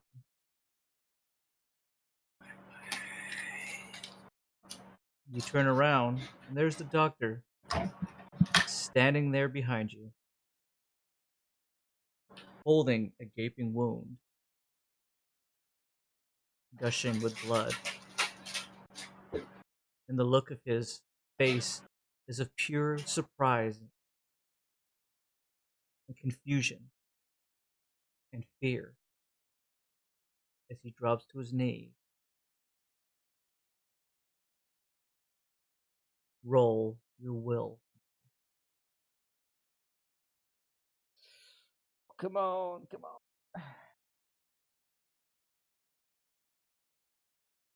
3. You feel content. You merely take your blade and you wipe off the blood. And you turn and sit back down and I just watch say, the oceans again. "Isn't it peaceful here, Doc?" The doctor behind you says, Well, it's something. I don't know what this is. Where are we? Rev Weird. doesn't answer. He doesn't even really even know. His mind can't compute it. Logically, he knows he's not here. But he is. And so are you. Voldo, you see this. Marbin, he sees this. Marbin attempts. What does Marbin have? He's got 2 shots, a quick dodge, and a first aid heal. That's what he has. He has science, negotiations, and streetwise. I don't know if you can use science to try to do anything. Marbin's going to put himself back into the fray, and he's going to run towards the doctor. Marbin darts across your field of view, Voldo, as he was kind of like off to the side. Shoots back across and makes a beeline for the doctor. There is something. Would it be possible for Marvin to try to... He sees Rev right in front of the doc. Can he try to use his science to grab the doc's ion crackle to try to stun Rev? Would you like Marvin to try to attempt to do that? He knows that Rev is not himself. Does he? Does he? He can tell. You're thinking that's some high praise for Marvin. He's streetwise, okay? Yeah, roll for that. We'll leave it up for the roll. Yeah, okay, roll for okay. that. You're lucky the rolls are on your side. Well, if you're rolling them, they are. They're because mine aren't. Marvin seems to get a sense that there's something amiss and wrong. That Rev wouldn't do this on his own, under his own volition. He must be controlled, as well as he saw that the creature, that spectral being, is no longer there. Yeah, it's the one he shot, so he kind of had And a that beat on he him. does seem to notice that every time that you breathe, that you're exhaling that frosty mist that he saw around that spectral being. He will attempt to run over and pull up the doctor's hand to fire the iron cracker. Yeah, the wrist shot that is on his hand. Because his wrist shot is attached to him. He wouldn't know how to piece that up. He will attempt to do it. Absolutely. He's going to try to hit Rev here. This is an interesting thing, using somebody else's dead corpse. Well, he's noticed his gun. Why not use, the doc's wrist shot? He runs up, he slides behind the doctor, props him up. Okay. And angles his shot. Immediately making Volder think, I did that back at the library and people gave me crap for that. And it was with the doctor's body. Weird. Okay. With that, go ahead and roll. Would you like me to roll for him or you? You probably should, but I'm going to roll for Marvin. I'm just going to hope. I'll go ahead and roll. Okay. Doc, what is the iron crackle? What upgrade is that at? It's at 2. Okay. Oh, nice.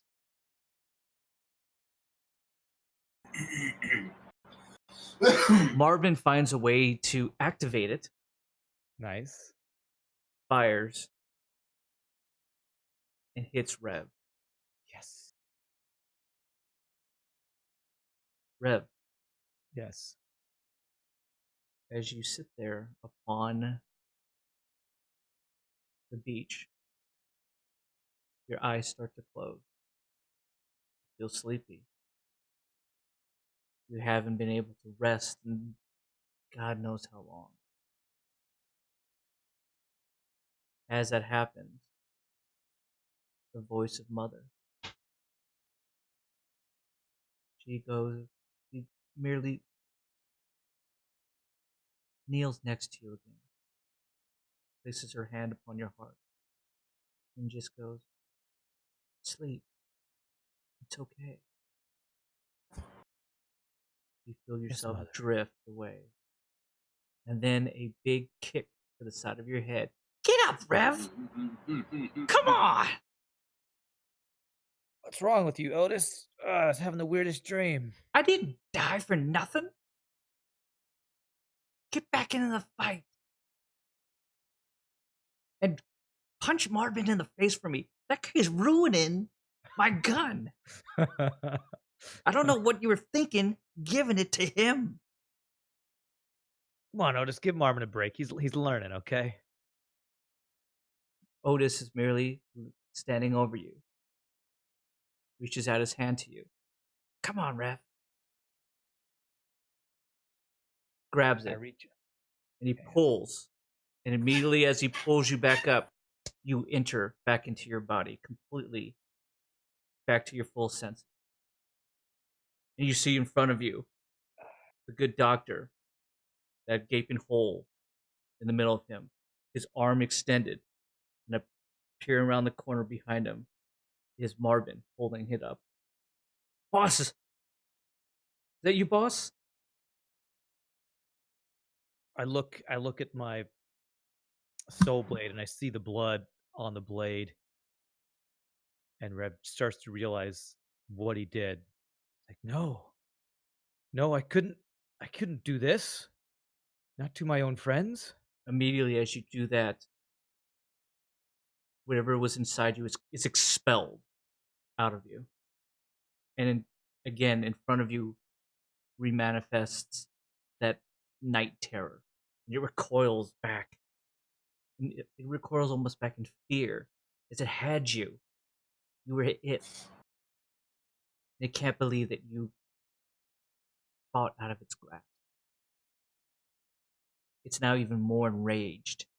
It seems to heave and huff as you feel this. This is still my turn, right? Since I This just is your attacked. turn. I again want to try to do something very strange because my Fury of the Jackal can be main or bonus. Okay. I would like to grab this night terror that was just inside of me. I do apologize. I'm very sorry. Little bit of other. How much damage do we do to Rev? Because we did hit him with the iron crackle. Oh, yeah, it's true. It's 3d6 times 2. 3d6 Okay. times 2, yeah. If you want to go ahead and roll that, Dr. From. It is your weapon. Get a little bit of revenge, Doc. Get a little bit of revenge back. So 13 times 2, 26. 26. 26 And I points have- of damage that you take. And I have this is affected by armor, correct? Yes, for you, Okay. you can deduct armor.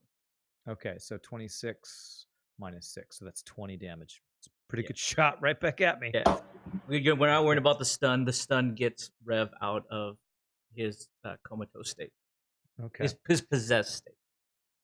So what I would like to do for my bonus is I see the doc. I cannot believe what I have done to him.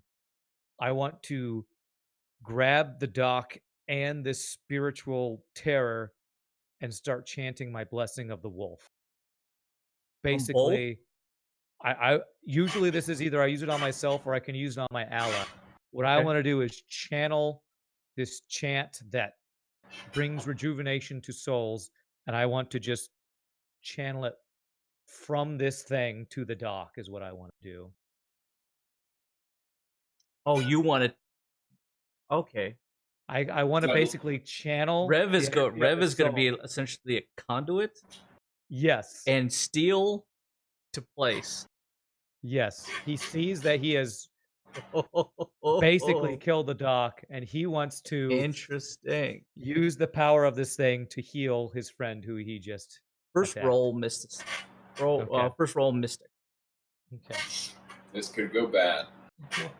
Probably will. This could be a good roll. Ooh, I have this, so 19. all right, all right. Rev, you are furious with what this has done to you. Mm-hmm.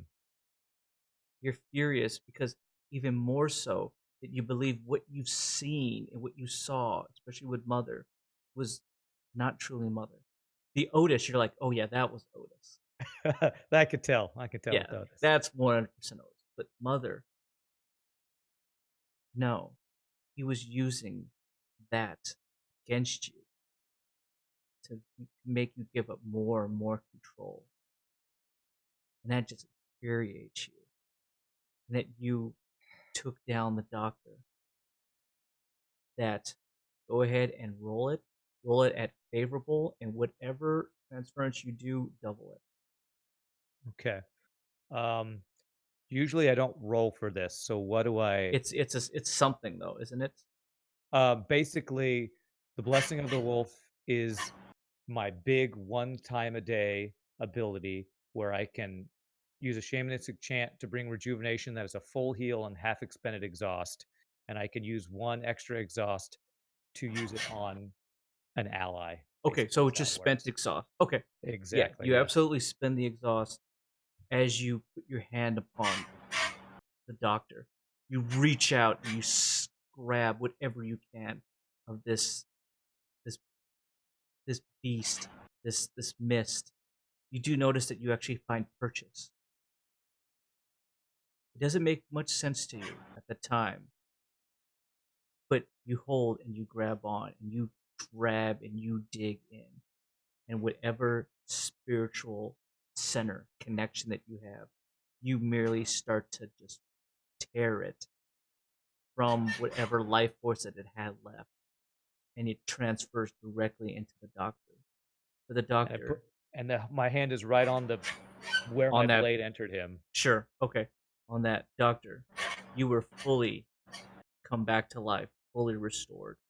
And as that happened, Rev, you just start to see this terror, this spectral being merely burn away into your hand as you suck more and more from it, and you continue to transfer it into the doctor.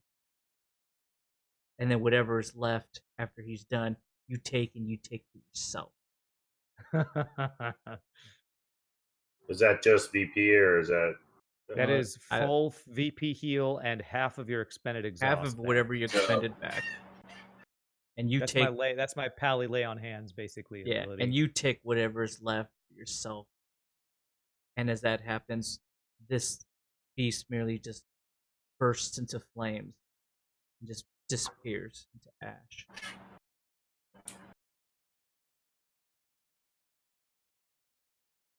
Dope.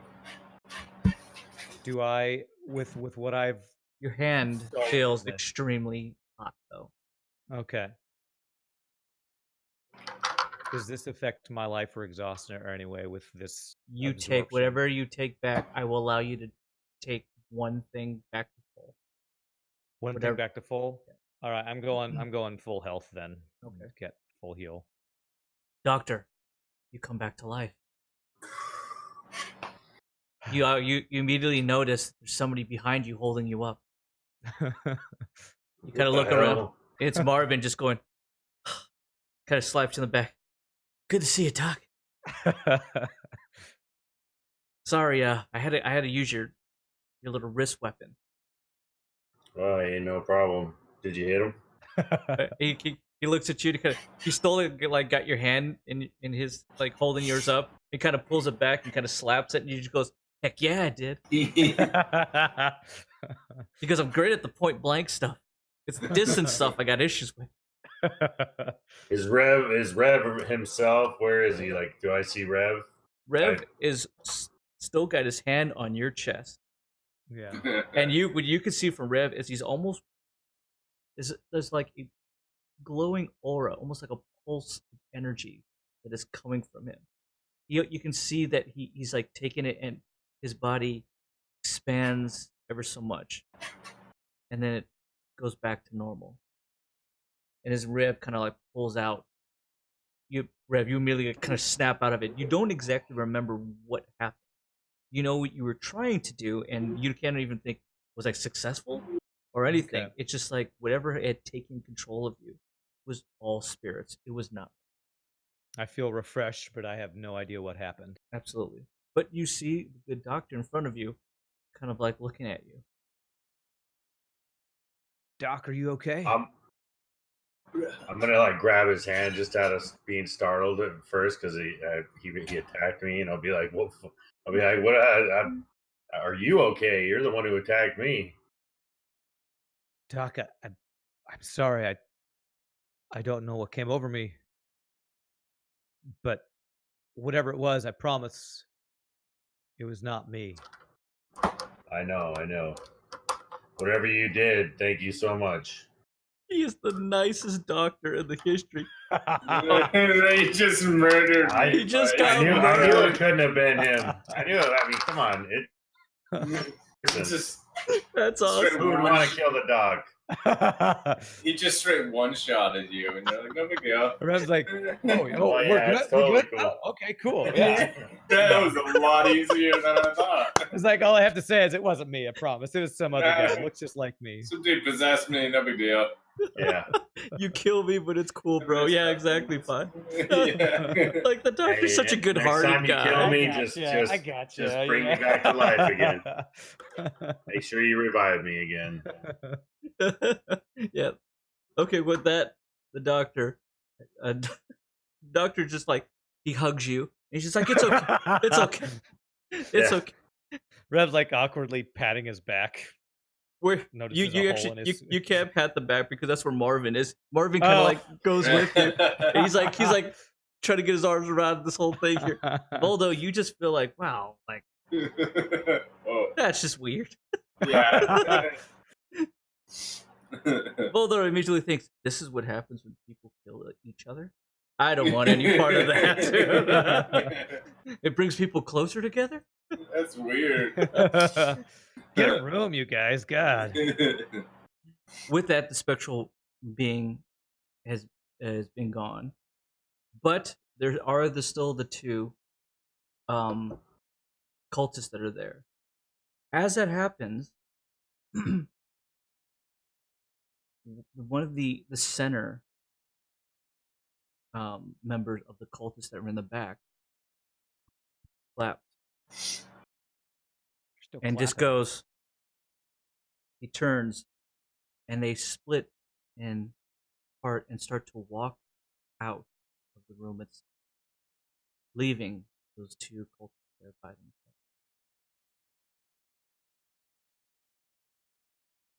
And they each disappear off into the very far ends of each room, because I said it was almost like a cross. And they just leave. You have no idea where they've actually gone to. Rev, you kind of like see a little bit as you kind of notice, like what the heck is going on? That they've walked out into kind of like some side doors. Huh. But they leave the room empty. With that, the power of the engine shuts down. And it's just you and the two cultists there in the room. They do not leave. One of the cultists pulls out something from his back pocket. So does the other. It seems to be some kind of syringe, some kind of bottle that has some kind of green liquid in it. They take it, and they ball slam it to the sides of their neck. God. Immediately, they drop to their knees and start to breathe heavy. You do notice that they start to grow and expand, slowly tearing from their robes themselves.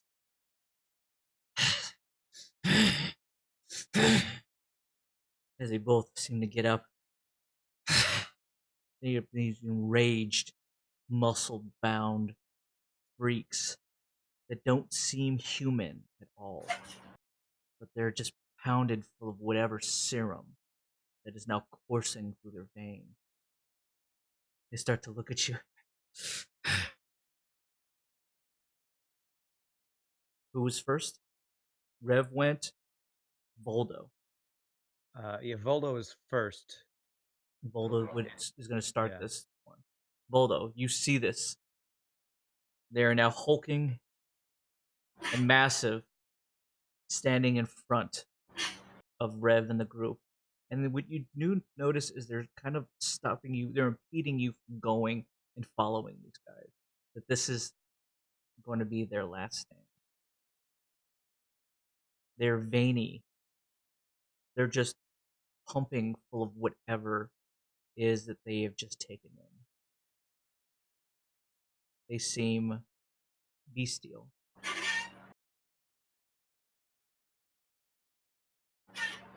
Boldo, you're up. What would you like to do? Okay, I can't because I still have that rift open. Can I transport one at least, or try to transport both of them over just right on top of the rift? How are you doing that? You would have to get up to them. Okay, how far away are they from me then? You haven't moved from back then, so at this point, Oh, I thought they were like 70, 80 feet. Oh, really? Oh, they're that far away? Wow. Yeah. Okay. All right, then I guess I will I'm going to go like at least 50 feet closer to them. Or no, 40 feet closer to them. Okay. And how far away is everybody from? If you go 40 feet, then they're probably about 20 feet, the guys are. Because they're kind of huddled together at this point. How far away are they from everybody else? Probably another 20 feet or so. Okay. Rev probably being the closest to them, but not by much. Okay. Yeah, we're all kind of clumped up over here. Okay. Rev's closer by like 2 feet. Yeah. 24 inches. Okay, so then in that case, I'm gonna go ahead and use the red rain, and within like focus it so it's right at the center of like in between, like me and them, or me and like Rev and Doc, so that it like the epicenter of the target of arrows raining down is directly just centered on them and not close to any of us. Absolutely, go right ahead. See if you can hit first. 5. Oh, that is a hit. Nice. All right. Okay. It is as accurate as you can get without being pinpoint accurate, if that helps. Okay, 10 damage. It's 3d6 times 3, 30 total. Ooh, nice. Wait, yeah. Okay.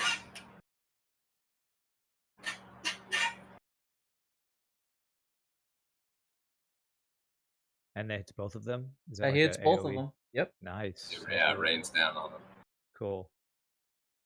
That's a good one to have. As long as none of us are in the way of it. Which has happened many times.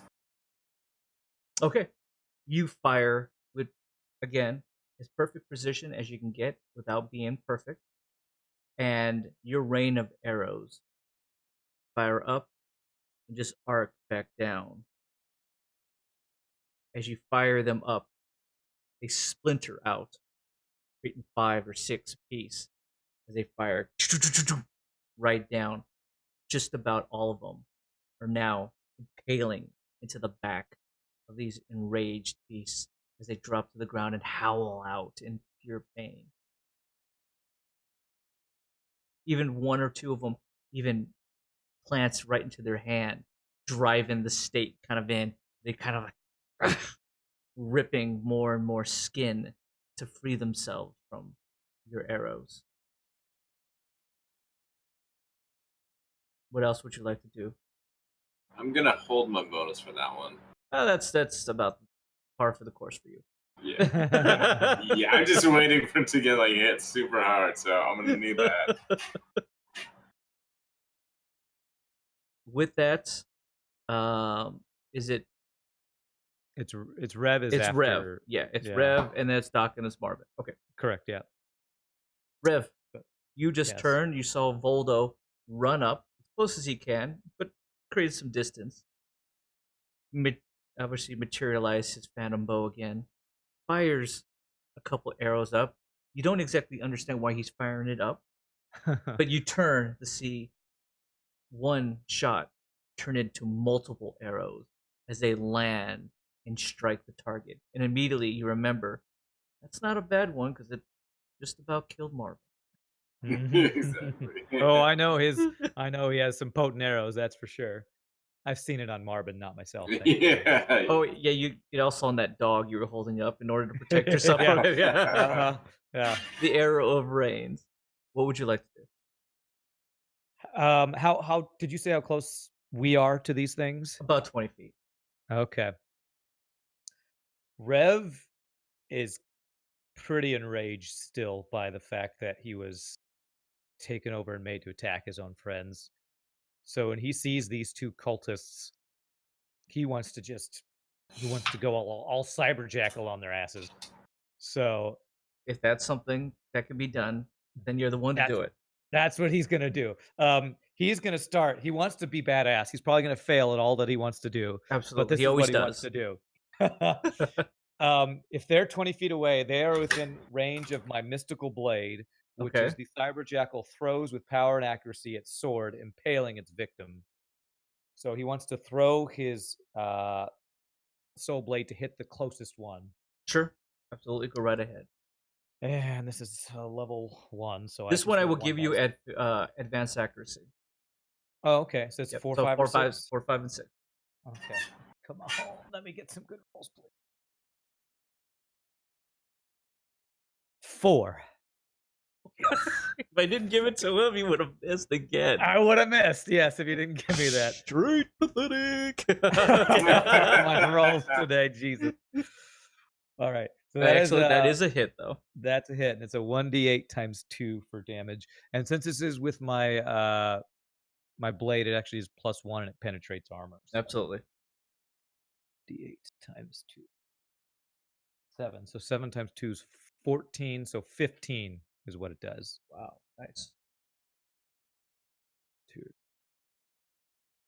This one, again, you get up to your feet and you fling it. Oh, head over tail, head over tail, as it lands and impales directly into its chest. It merely starts to cough up blood as it drops to a knee. Whatever it was giving it power, giving it mass, seems to shrink it a little bit.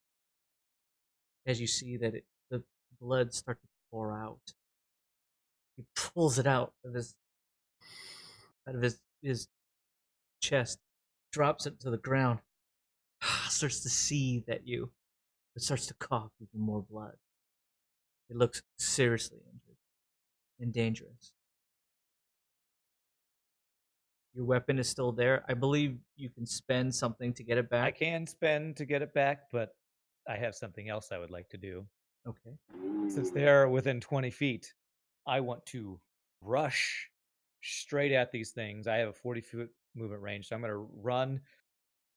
As I'm running at them, I want to kick up my blade into my hand to try to Fury of the Jackal both of them, because that is a 2-target attack if they're adjacent. I will absolutely allow this. Yeah. This is what I like to hear. Absolutely, go ahead and roll. You will get advanced accuracy on the 1 for sure. Okay. This attack, if they're within 20, if they are adjacent, it's only 1 damage number, but it affects both of them, I believe, Okay. is how this works. So I'd get advanced accuracy. You're probably just getting that one as your primary, and that one's being adjacent. You got exactly. It's just slamming down, I guess, like I'm hitting the attack and the AoE or something. I'm not Absolutely. exactly sure how. Exactly, Okay. Pi. It's the very rule of cool. If it's cool, let's do it. All right. Absolutely. I got 3 d6s. Come on. You got it. Give me some sugar. Did he say give me? Did he say Give give me me some some sugar? I said give me some sugar, and I rolled 1, 2, 3. Well, no sugar for you. No sugar tonight. I thought I was cool, and then I tripped over my. No sugar tonight on my coffee. There we go. Sugar tonight on my tea. Oh my god. You, what Rev does in his mind, his cinematic mind, his Martin Just Scorsese beautiful. mind, that he goes for it. He gets up, he darts, he goes to kick up the blade and instead just kicks it. And it just goes right into the end, not essentially right up against the iron fusion core engine, and merely sits there, and he's standing there in front of this guy, looking at him, just going.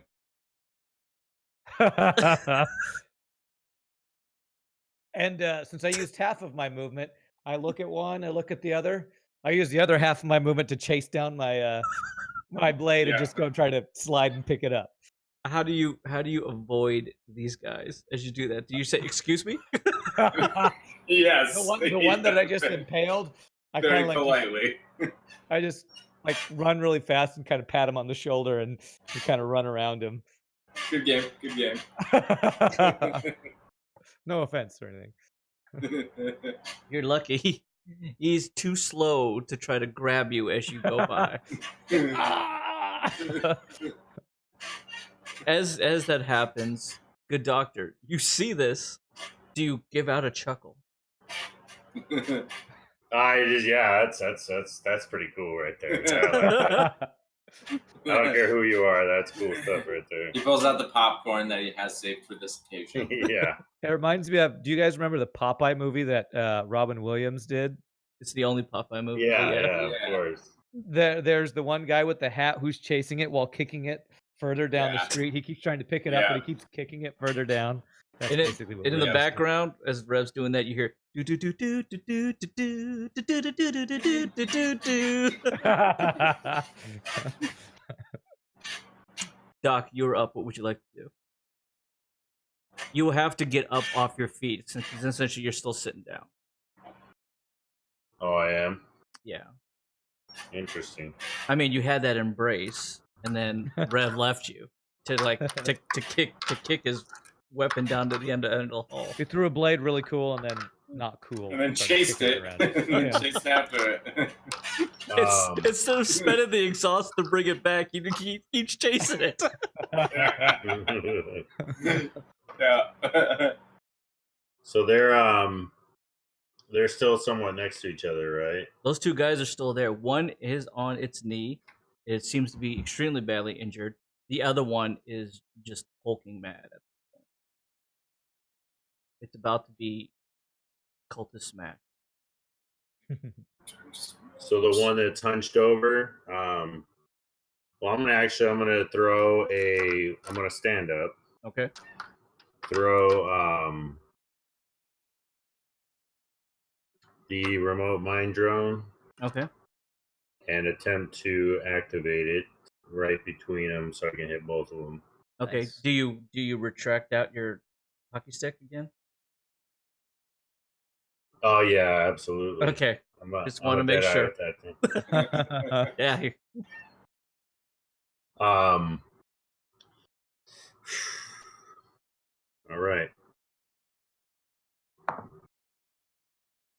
Prep trunks luck. That has been the best skill that you've had gotten out of all the things tell you've you, been. I had chosen that? Man, I wish I had. It comes in handy. It comes in handy. My goodness. It's just sad how many ones I roll. If anyone wants to know what his skill that he has is called Preparation Trumps Luck. That means anytime that he ever rolls a 1, that he can re-roll it. Well, I rolled a 2, so I did better. Yeah, well, it's actually so. Again, ever since that you created this awesome little hockey stick, and you dropped it, you keep hitting the thing just harder and farther, and as you do, you hit it perfectly between them as it slides right beyond and lands right next to Rev, who's going down to pick up his thing. Yeah, and you hear, Rev, this is what you see is beep beep beep beep beep. Oh, Anything hell else? no. Anything else you'd like to do, Doc? Kick it back. What else would you like to do, Doc? Well, Can I use hasted assault to give him another chance at that?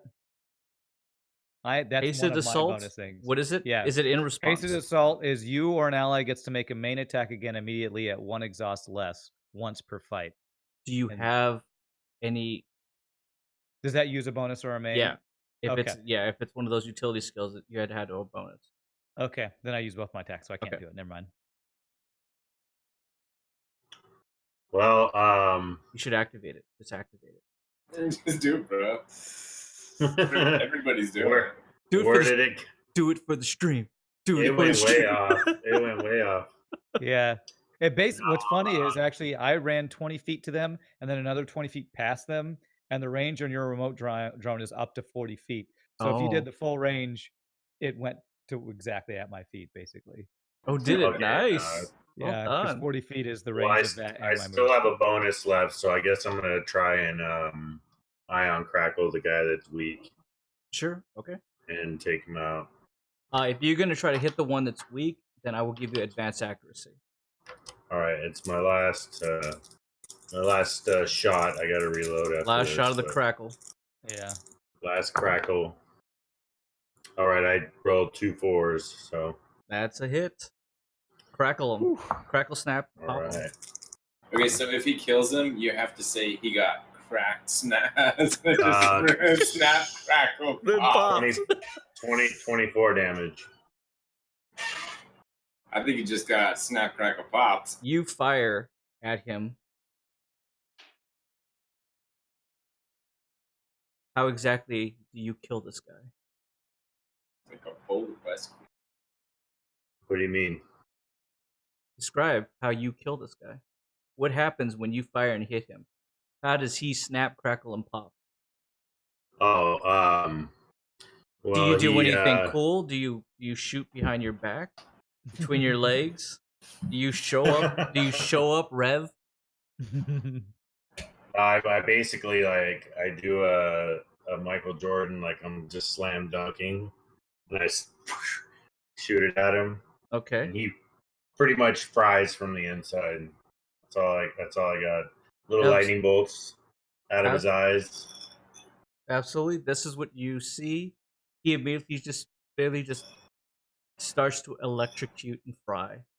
And he just topples over. Becomes like a burning carcass. Well done, Doctor. Is there anything else that you can do after you've dropped him? You still have half movement if you want to move.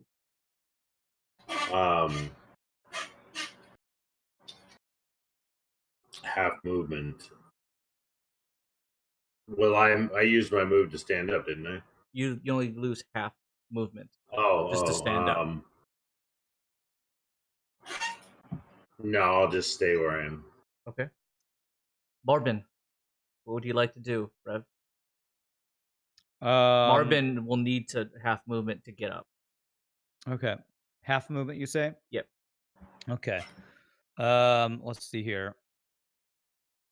One thing I just wanted to mention, I always forget about Rev's essence thing with his blade. Mm-hmm. You have 3. You have a full soul blade. I know he has 3, so he's really low on exhaust. So on his one attack he did hit. I want to use one of those to have restored 2 exhaust. So that's basically, just so you know, I used 1 for that. Okay, not a problem.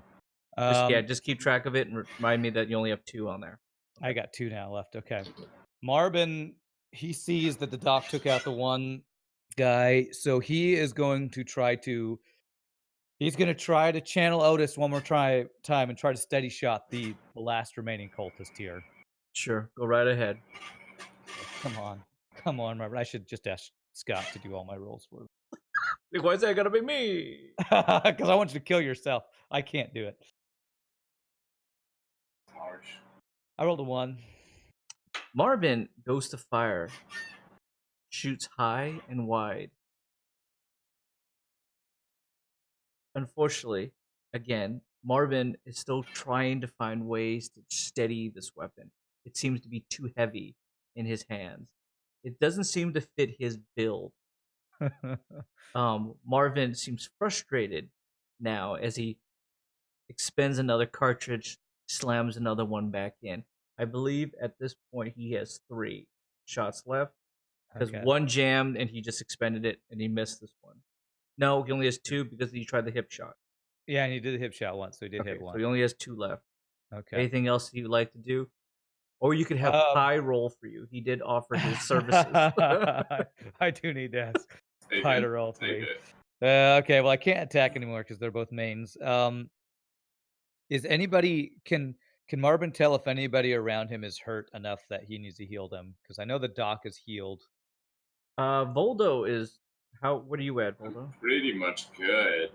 Yeah. Okay. There doesn't seem to be anything. Okay. If he can spend it and get some exhaust back, I'd probably say that might be the best. Yeah, that's he doesn't know what the big guy's gonna do, so he's Just hold. can he hold it for now in case he needs to dodge something crazy? Sure, absolutely. Okay. Okay, with that, Voldo, you were up. What would you like to do, good sir? Okay. Let me first I want to just go ahead and close that rift. Sure. Okay. Yeah, it's been hanging open for too long. For that one, if you don't want to spend a bonus, excuse me, to do it, spend just half your movement. Yeah, so you don't have to waste a bonus. Yeah, I'll do that. Okay, and then I'll go ahead and see. Can I pull off a Matter of Death, like a decapitate with this guy? Is he legendary or whatever? This person is not elite. This person is not legendary. Okay, so yeah, I'm gonna go ahead and see if I can take this bad boy's head off. Okay. Or close, something similar. Yeah. Got a 4. Got a 4. He sounded so hurt about it. I'm gonna do this. It's a 4. It's a 4. You go to attack, and it merely, as you come down, it slides out of the way, and you almost kind of like your blade, although your scythe kind of slides off his shoulder, just almost like a knife through hot butter. It doesn't hit him; it just glances off of him. But unfortunately, as you land, you're right next to him. You still have a bonus, I believe, correct? Yeah. Is there anything you like to do? You want to use my movement speed and just spend the rest of it running in the opposite direction, running away from him. I don't want to be right next to him. So Voldo spends most of it to do this really cool move to get all the way to him. He misses and then spends it to jump backwards. Yes. Yes. The moment that he sees that he misses and he kind of looks up, he's like, ooh. And just backflip all the way back. Yeah. And just kind of backs up. Okay. Okay. And then I think I'm just going to hold my bonus. Hold the bonus? Okay. Yeah, true to form. That guy is going to attempt to attack you before you jump away. Oh, all right. Fancy.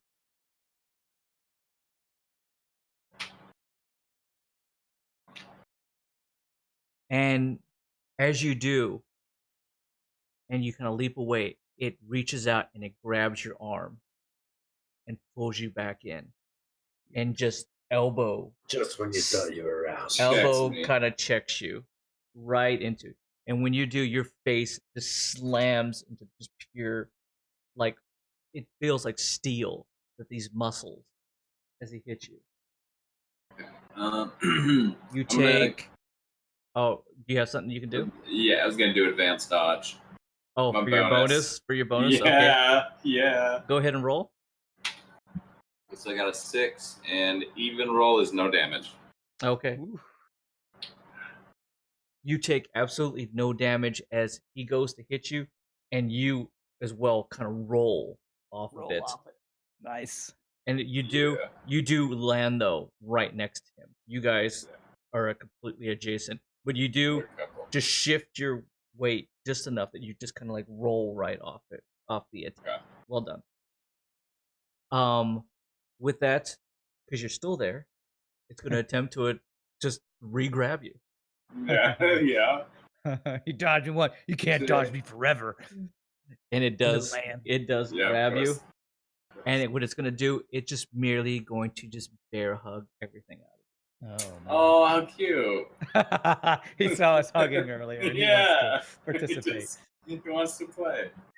He thought you looked left out. So. Yeah. You take 27 points of damage. I could use that heal now. Hey, you said you didn't need it. So. You take 27 points as you just feel the air just being expelled from you. You can feel that even your the brand new core that the good doctor created for you. You can feel it start to flex, it start to almost crack under the intense strain and the power. Everything that is inside you is being like pushed out. You feel like everything is your entrails are about to be your extrails at this point. You feel nauseous. You feel like you can't breathe as it just merely holds and grabs you. Jeez. With that, I believe it is Rev who's now picked up his weapon After kicking it halfway across the room. after kicking it halfway, and you pop to look up and you see Voldo just being squeezed to death. It's a hug. Say it like it is. Don't hug my friend. There we go. All right. Rev is going to try one more time to use this Fury of the Jackal to hit somebody other than his friends, because he has yet to hit. Rev's moments of sentiment are so cheesy. You don't hug my friend. Only I hug my friend. Okay, go for it. Rev is going to try to leap 20 feet and slam down on this guy. Okay. And if he hits, he's going to try to do as much damage as possible. Please, for the love of God. Straight elbow just right in the face. All right. I rolled a 5 with one of my dice. Well done. Okay. Well done. Golf clap. Golf clap. Solid connect. Okay. Solid connect. I'm going to expend an extra exhaust to hit one target twice. Yeah. Okay. And I'm also going to use both of my extra soul essence to get an extra 1d8 of damage for each. He's going all out. Yeah. Well done. I'm using every last bit. So when you do expend soul, your soul damage, do that after your normal damage. Okay, sure. Yep. All right, so 3. Dude, so he's just in the air coming down, lightning's going off Yeah. around him. He's You're like the sound barrier is being broken. It's like the Superman moment when in Man of Steel when he takes off and you see him break the sound barrier and you're just like, that's super cool. Yeah. All right, so he's just coming down elbow first. 12 times 3 is 48 plus 1. Another 49 damage I just did. Oh, damn. Okay, now do Jeez. 2 more And 2 more D8s. Oh, shit, son. Okay. Oh. So only add 5 to that. So 54 damage. And both my soul essence are gone. Dude, that shit, oof. I'm hoping he's dead because I want to get the essence from this guy. I was gonna say, I think I hit him solid before. I don't know. How do you want to do this? Yes, son. All right. So he's exactly 20 feet away after chasing this thing. So Fury of the Jackal lets him jump 20 feet. He jumps 20 feet, stabs him right in the back with his first hit. Then with his two other extra hits, pulls it out, swipe at his neck twice to decapitate him, to sever through his spine. The first one hits and it doesn't go all the way through it. Rev just goes, come on. Yeah. Second one swipes it. Complete decapitation. Well done. And he absorbs the essence, so he gets one back. Voldo. He's just covered in blood the whole time. Voldo, you see this and your whole face has just been splattered in blood. As the arms give way and you just kind of slide right out. He squeaks as I'm going down. Yeah. And Rev says, "That's for getting that dog slobber all over my face that one time." I'm weirdly okay with this. Yeah, weirdly. Yeah, GG cookie time. Nice, bye boy. Yeah, GG cookie time. There you go. Ooh. With that, So fancy. With that, both of the cultists are disposed of. What would you guys like to do? The room is now completely empty. The engine, that fusion engine, has been turned off. All the other cages seem to already have been opened, at some point and seem to be empty.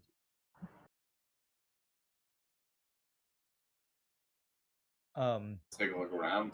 Yeah, Rev wants to look through these cages to see if there's anybody Yeah. alive, if You there's do any notice, living being. just in regards to just overall awareness, check like that the cages down to one side seem to go on forever. You don't know how far it is. It could be 100 feet, 100. It could be 100 yards. But it seems to be like 6 long rows of these cages that go down into the darkness, into the distance. Hey, good night, Pi. Thanks for hanging out. Do appreciate it, good sir. Down the other way, it's the same. It goes down into the distance, into the shadows. You don't know how far it actually goes. You do notice that there is that there's one door on each side that obviously the cultists had gone out. That just seem to be probably like 20 or 30 feet away from where the altar of where this fusion engine was sitting. Can we? I'm Go sorry. ahead. Go ahead. No problem. Well, Go I ahead. was going to say, those little discs or things that they had in their hand. The Can data we disc? check the data disc, whatever? Can we check that to see if that gives us any information about either this room or Sure. the people that were held there? The two that were there, you are able to, well, one is completely fried in compliments of Rev because he did his no. Who killed the first one? The Doc Doc fried with the other Doc, one Doc, with his yeah, Doc. crackle. Doc fried him, essentially shorting out that data jack. Okay. I did. It was a good one. Guilty. I did. Oh, I fried did you. Guilty. Always have. Always will. Always weird.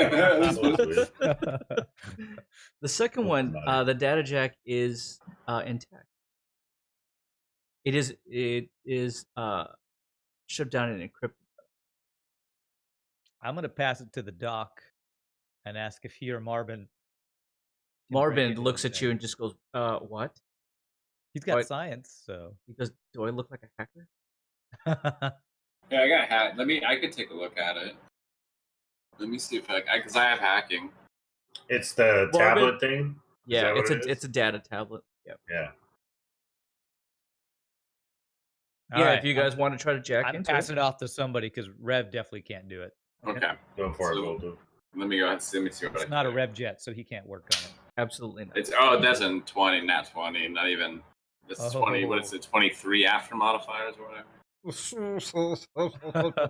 Yeah. There's a 23. The model I have at home. I use these all the time. Yeah, you gotta go in there and just like, oh, it's the Carbonari. 2200. Carbonari 2200. Like password's 1 2 3 4 5. Yeah, like the my password is their password is Mama. You're able to easily hack into this and break into this. And you see, for the most part, the data jack is just compiling information as well as monitoring life forms, monitoring the transformations into these spectral beings. It's in regards to even total amount that has been created, total amount that is still to be done. It's a lot of statistics figures, as well as just overall like biometrics of obviously those who are probably inside the cages themselves, as well as some data of when the levels are correct in order for them to really push through to create this transformation. Is there a map somewhere in here? In regards to this, there is no map that you can find of the kind of like geographical layout or anything like that. Okay. You do notice that some of the numbers tell you that they've already created over 5,000 that have already been put out into the field. All right. Okay. And then I'll just hand it back over to Rev. Or Doc, whoever wants to take a look at it. Well, Rev just wants to know if there are any living beings that can be released based on what they're seeing on this thing. The data check information says that there are still about 500 live specimens, not yet transferred. Does not tell Can you we, where they're at. Just tells you that they're in supply does somewhere. does it give us the ability to unlock the cages that those living ones are in? As far as you know, just based on your awareness and taking a look at it, most of these cages that you can see in here are empty anyway. So either they have not Does been it put into the cages as of yet. does it give Oh, locations of all this stuff? There are no locations. Nothing in regards to anything that's topographical or geographical or an out or plans of the inside. so all we know is that they're living beings somewhere, but it doesn't tell us where they are. There's no way to access like remote surveillance or video or security footage of any of this. Based on his role to take a look at any of that, there's nothing in regards to any surveillance cameras. This is extremely limited in regards to technology. The technology they got, especially that information that you actually got as well, Voldo, is all this stuff comes from Sandormo. Yeah. Okay. It is not made or created by them in the league. It is just enough for them to do what they're doing and to monitor it. It's probably something that has been worked between Maurice Valcorn and this group in order to create some kind of army. Can we go check out this engine that's in the corner? It's not in the corner. It's just in the front, like on an altar. Oh, okay. Yeah. Well, they're doing that. I said I an wanna- altar. It's just something just a little bit raised higher than the rest. Okay. Before I do that, I want to run and see if I can like dig through the card case. I want to find that guy's whip that he had, his staff whip thingy. I want to try and pull that and find that. Yeah. Yeah. It is sitting there on the ground. Boom. Done. I'm taking that. That's my new staff whip. Okay. Yeah. Just put into your inventory razor whip. I'll probably give you the information on that probably next week, something like that. Okay. That's pretty slick. Is there any other one laying around? Did the other guy have anything? You know what? Go ahead and take a look at the other guy as well. Go ahead and roll investigation.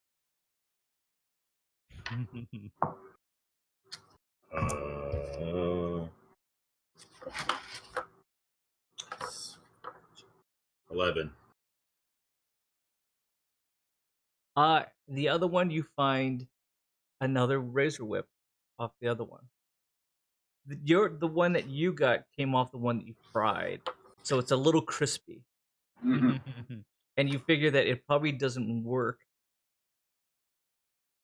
perfectly. That is a project for the doc to work Yeah, on. perfectly as maybe the one that Voldo had gotten off. But you look at it and you just go, hey, it's probably something I could fix. A little He can tinkering. modify this. He's a doc. Make it better. You know, even with the help of Rev here, Rev does have engineering. Probably could figure out a little bit of the schematics and how it works. Oh yeah. So yeah, go ahead and put that in your inventory as well. You do notice that none of them have any kind of no checks, nothing in regards to monetary. This is a place where they don't need any and such.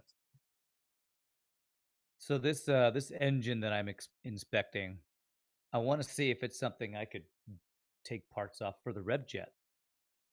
It is. It's probably like 2 times the size of a Devil Jet. 2 times the size of a Devil Jet. You don't exactly know what application or what it's ever been attached to. Can I might tell be that something new in the works. Okay. It seems new and shiny. Can I use my engineering skill to inspect and see what it's connected to and what's powering it? The engine itself powers itself. It's a powered engine. You do notice that when you take a look at the cabling and the wiring that's actually connected to it, you can see that it's connected to obviously all the high tension wiring and the coils above, as well as it seems another one cabling seems to go into the wall and then in through a hole beyond, just above the door. So whatever power cabling is going beyond just this room itself. Okay, so we can tell that it's powering something aside from just this room. Absolutely. Okay. That whatever this is putting out that has the ability to do that. is a little bit of a tickle for you. It's kind of exciting. Just like, wow, it powers all this, and it powers something beyond this. Rev's seen what this thing has done in creating these horrible monsters, and he's actually thinking, should we just destroy this thing or disable its ability to power other stuff in this mountain? He looks at the doc and he says, Doc, do you think we should try to shut this thing down? It might be the only way to reverse whatever's been done. I'm wondering if we are we assuming that the beacon is still in the library, and are we assuming that one has not been? We got a second one. We got a second and third one. The Stone Garden as you recall, the Stone Garden tells you that he's aware. Yeah. Of the first beacon. That's really it. Well, I mean, our goal is to destroy this whole place. So, I mean, this seems pretty important. Yeah, so you're thinking we place our second beacon here? Yeah, I'm thinking as a possibility. Yeah, but I'm wondering if we should try and power this thing down and leave the beacon. I mean, shoot, it's going to get destroyed either way. Maybe we can do some damage by shutting this down. It's nothing. If Rev takes a look at it, if Rev tinkers enough, he probably figured he can probably disable it. Okay. But there's part of Rev that's just like, that's good power. It is. It's good power. But I've seen what these people do with power, and I don't trust that what they're doing is anything I want them to be able to power. Okay. We could take it home or harness it somehow. Well, I'd like to take it, but it sounds like it's big enough that carrying this thing around might not be. It's not it's not a viable option for you guys to like put it on your shoulder or something like that. Could we like pull maybe a part out of it, like something that's like a pretty key part to it that might help? That's kind of what I was thinking when I was talking about using it on the RevJet. Is if there's anything in this that looks valuable enough that I could roll engineering to shut it down. Okay. Roll engineering. Okay. All right. With my engineering skill, I rolled a 13. You go around tinkering enough in there that you notice that the main power modulator seems to be much different than any power modulator that you've seen in any other engine. Okay. Enough that you see that it's one of the, what you guess engineering-wise, main components of why this can double the output of most normal engines.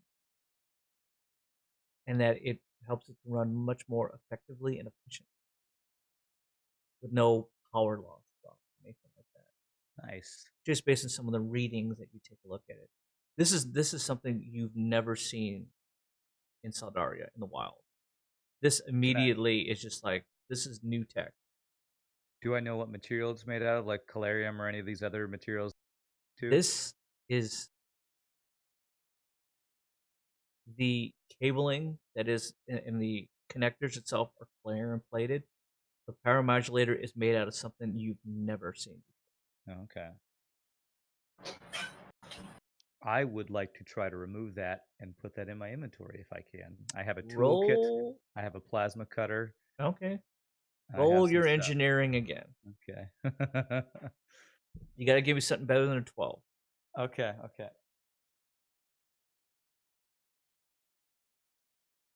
Oh my god. With my engineering, I got a 7. Is there anybody who'd like to help him? I'll try. Sure. Yeah. Okay. So we're trying to find. There's enough science. Okay. Well, I got in this room. I got 14. Yeah, I have science. Or would it be better to do science or engineering? Go ahead, roll engineering. Marvin has science too. I'm gonna have Marvin roll a science. Go ahead. 17. Marvin rolled a 15.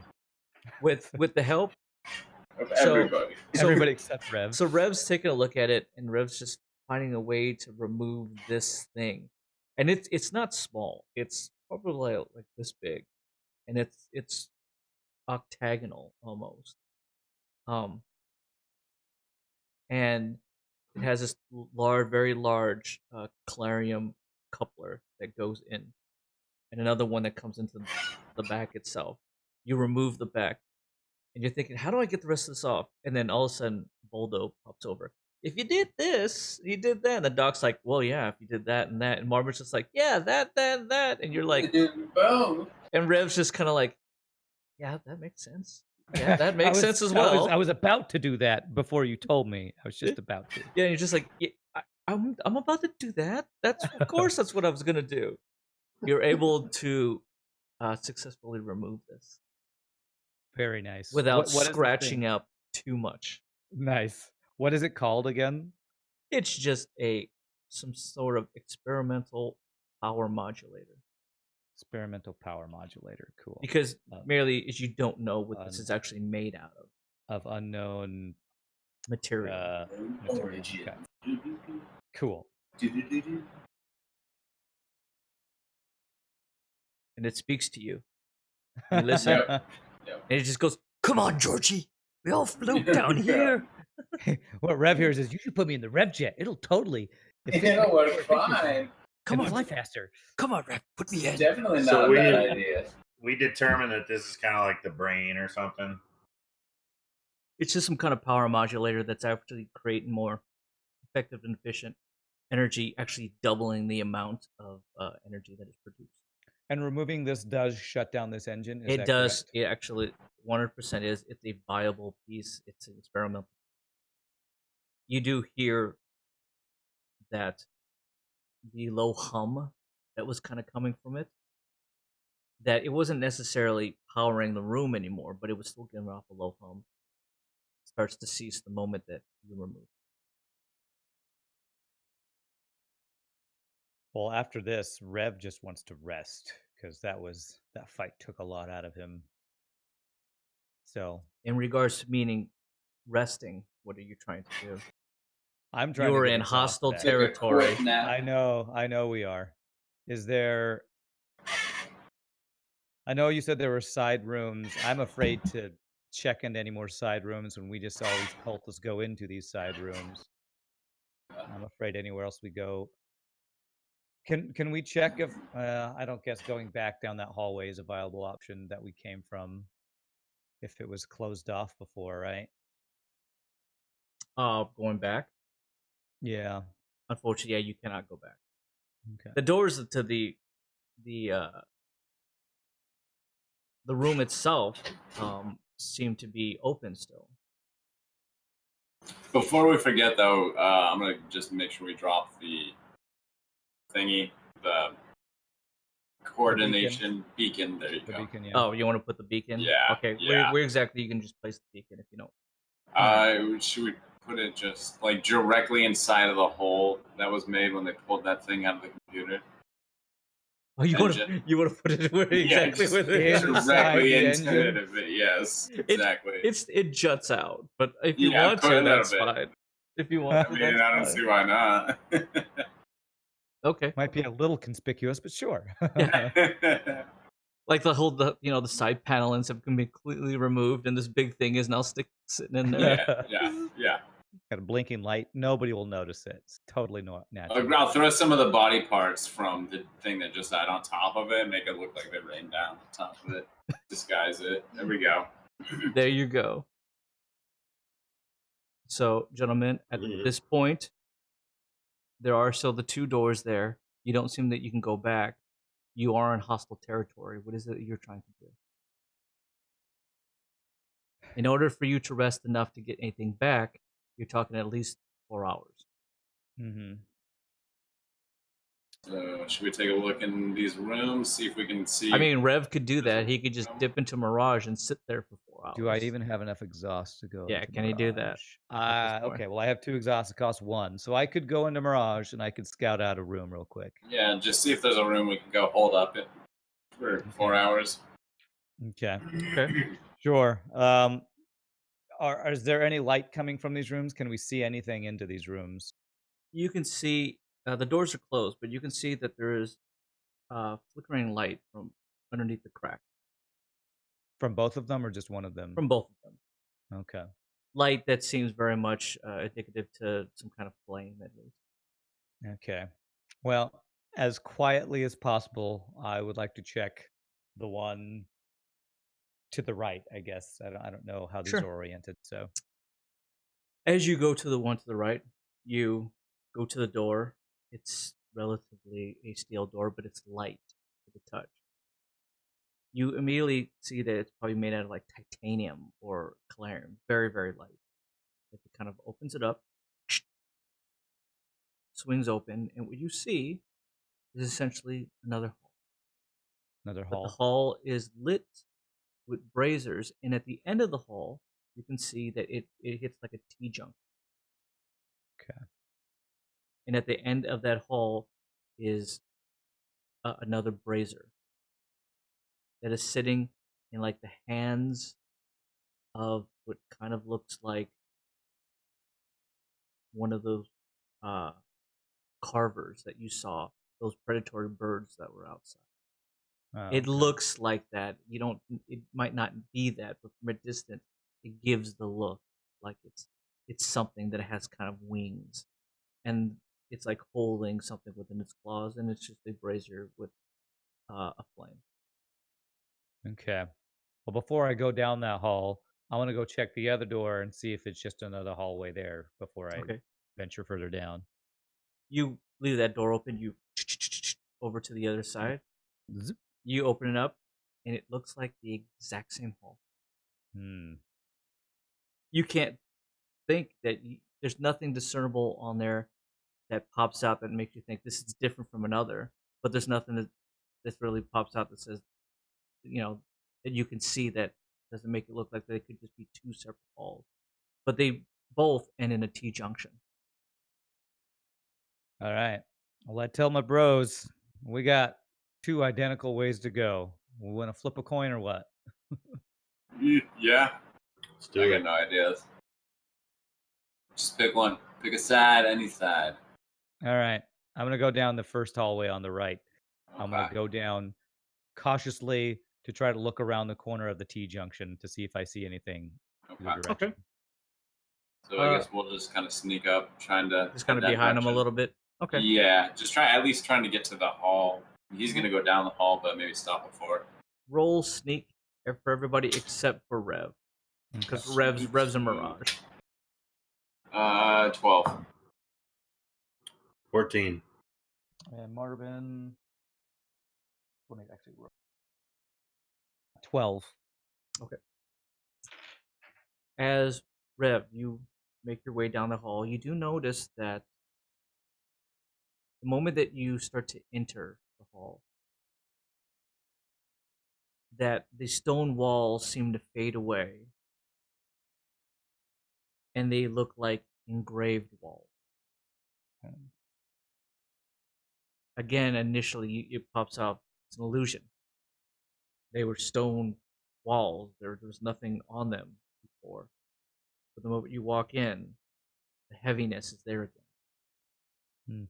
A dark enchantment. You can feel it.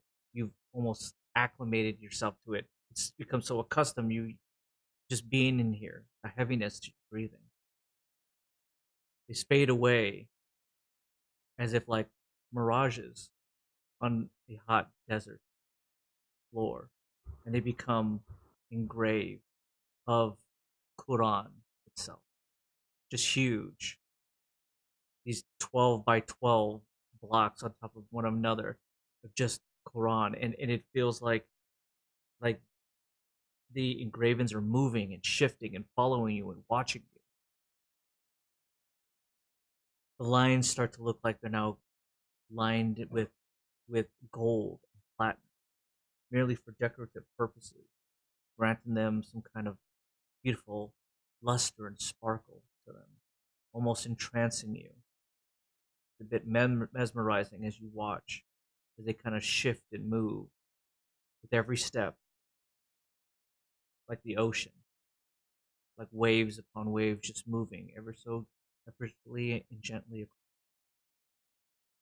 And as you get to the T junction, you start to hear in the distance echoing footsteps throughout the hall. a shadow begins to grow from beyond T junction itself into a darkness that is beyond it, off to the right. Yeah.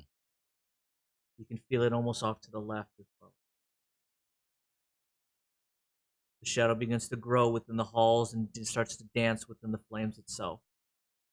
The braziers seem to dance with every sound of its steps. The footsteps sound like rhythmic hooves upon a stone tile ground.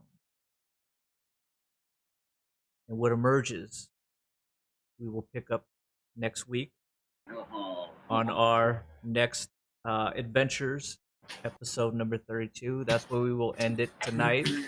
All right. Just give us blue balls. No big deal. I know you want to know who that is. It's probably just Ted. Ted from marketing. Yep. Just like, I'm late. My wife's gonna kill me. My wife.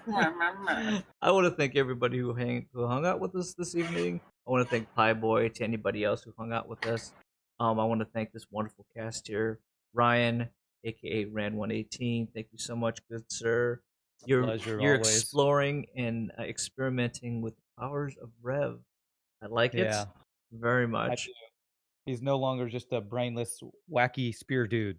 No, now he's like fused with the power of Otis. Right. Power of Otis. Oh, Rev, Ryan, please tell these people where they can find you at, good sir, please. Of course, yeah. You can find me at twitch.tv/Rand118 and youtube.com/Rand118. And again, thank you, Scott. Absolutely. Shogi 3000 Thank for hosting, you, good man. sir. Mike, aka Voldo the Magnificent, Voldo the Destroyer, Voldo the Eater of Worlds. There we go. Eater of worlds.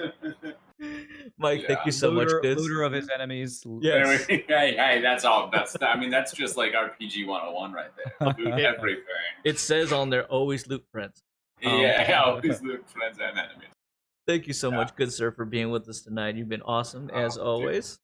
Dude. Always a pleasure, man. Thank you. Absolutely. Yeah. Shane? Except that ending. Oh, what are you talking about, dude? And I just want to see now.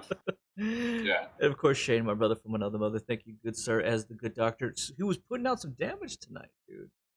Hey, they That killed iron me, I crack can't kill him back. Well, Right. well, remember, Rev killed you. You didn't do anything to him at all. Oh yeah, I know. He's done it. You're weirdly cool with it. Yeah. Weirdly cool with it, yeah. It was some freakish version of Stockholm syndrome. I don't know. Was it like a reverse Munchausen? I don't know. We want to thank you so much for hanging out with us this evening. This game is called Here on the Waste, where we play Horizons Unknown After Earth RPG, a game that has been written and created by myself. My name is Scott, aka Shogi. I want to thank you so much for hanging out with us this evening. We do this every Friday night here at 7 p.m. If you want to check out any of the other episodes, just click the YouTube link below and check it out. And we want to thank you so much for hanging out with us. Enjoy your weekend. And until next time, all, keep it safe on the West. Good night. Later.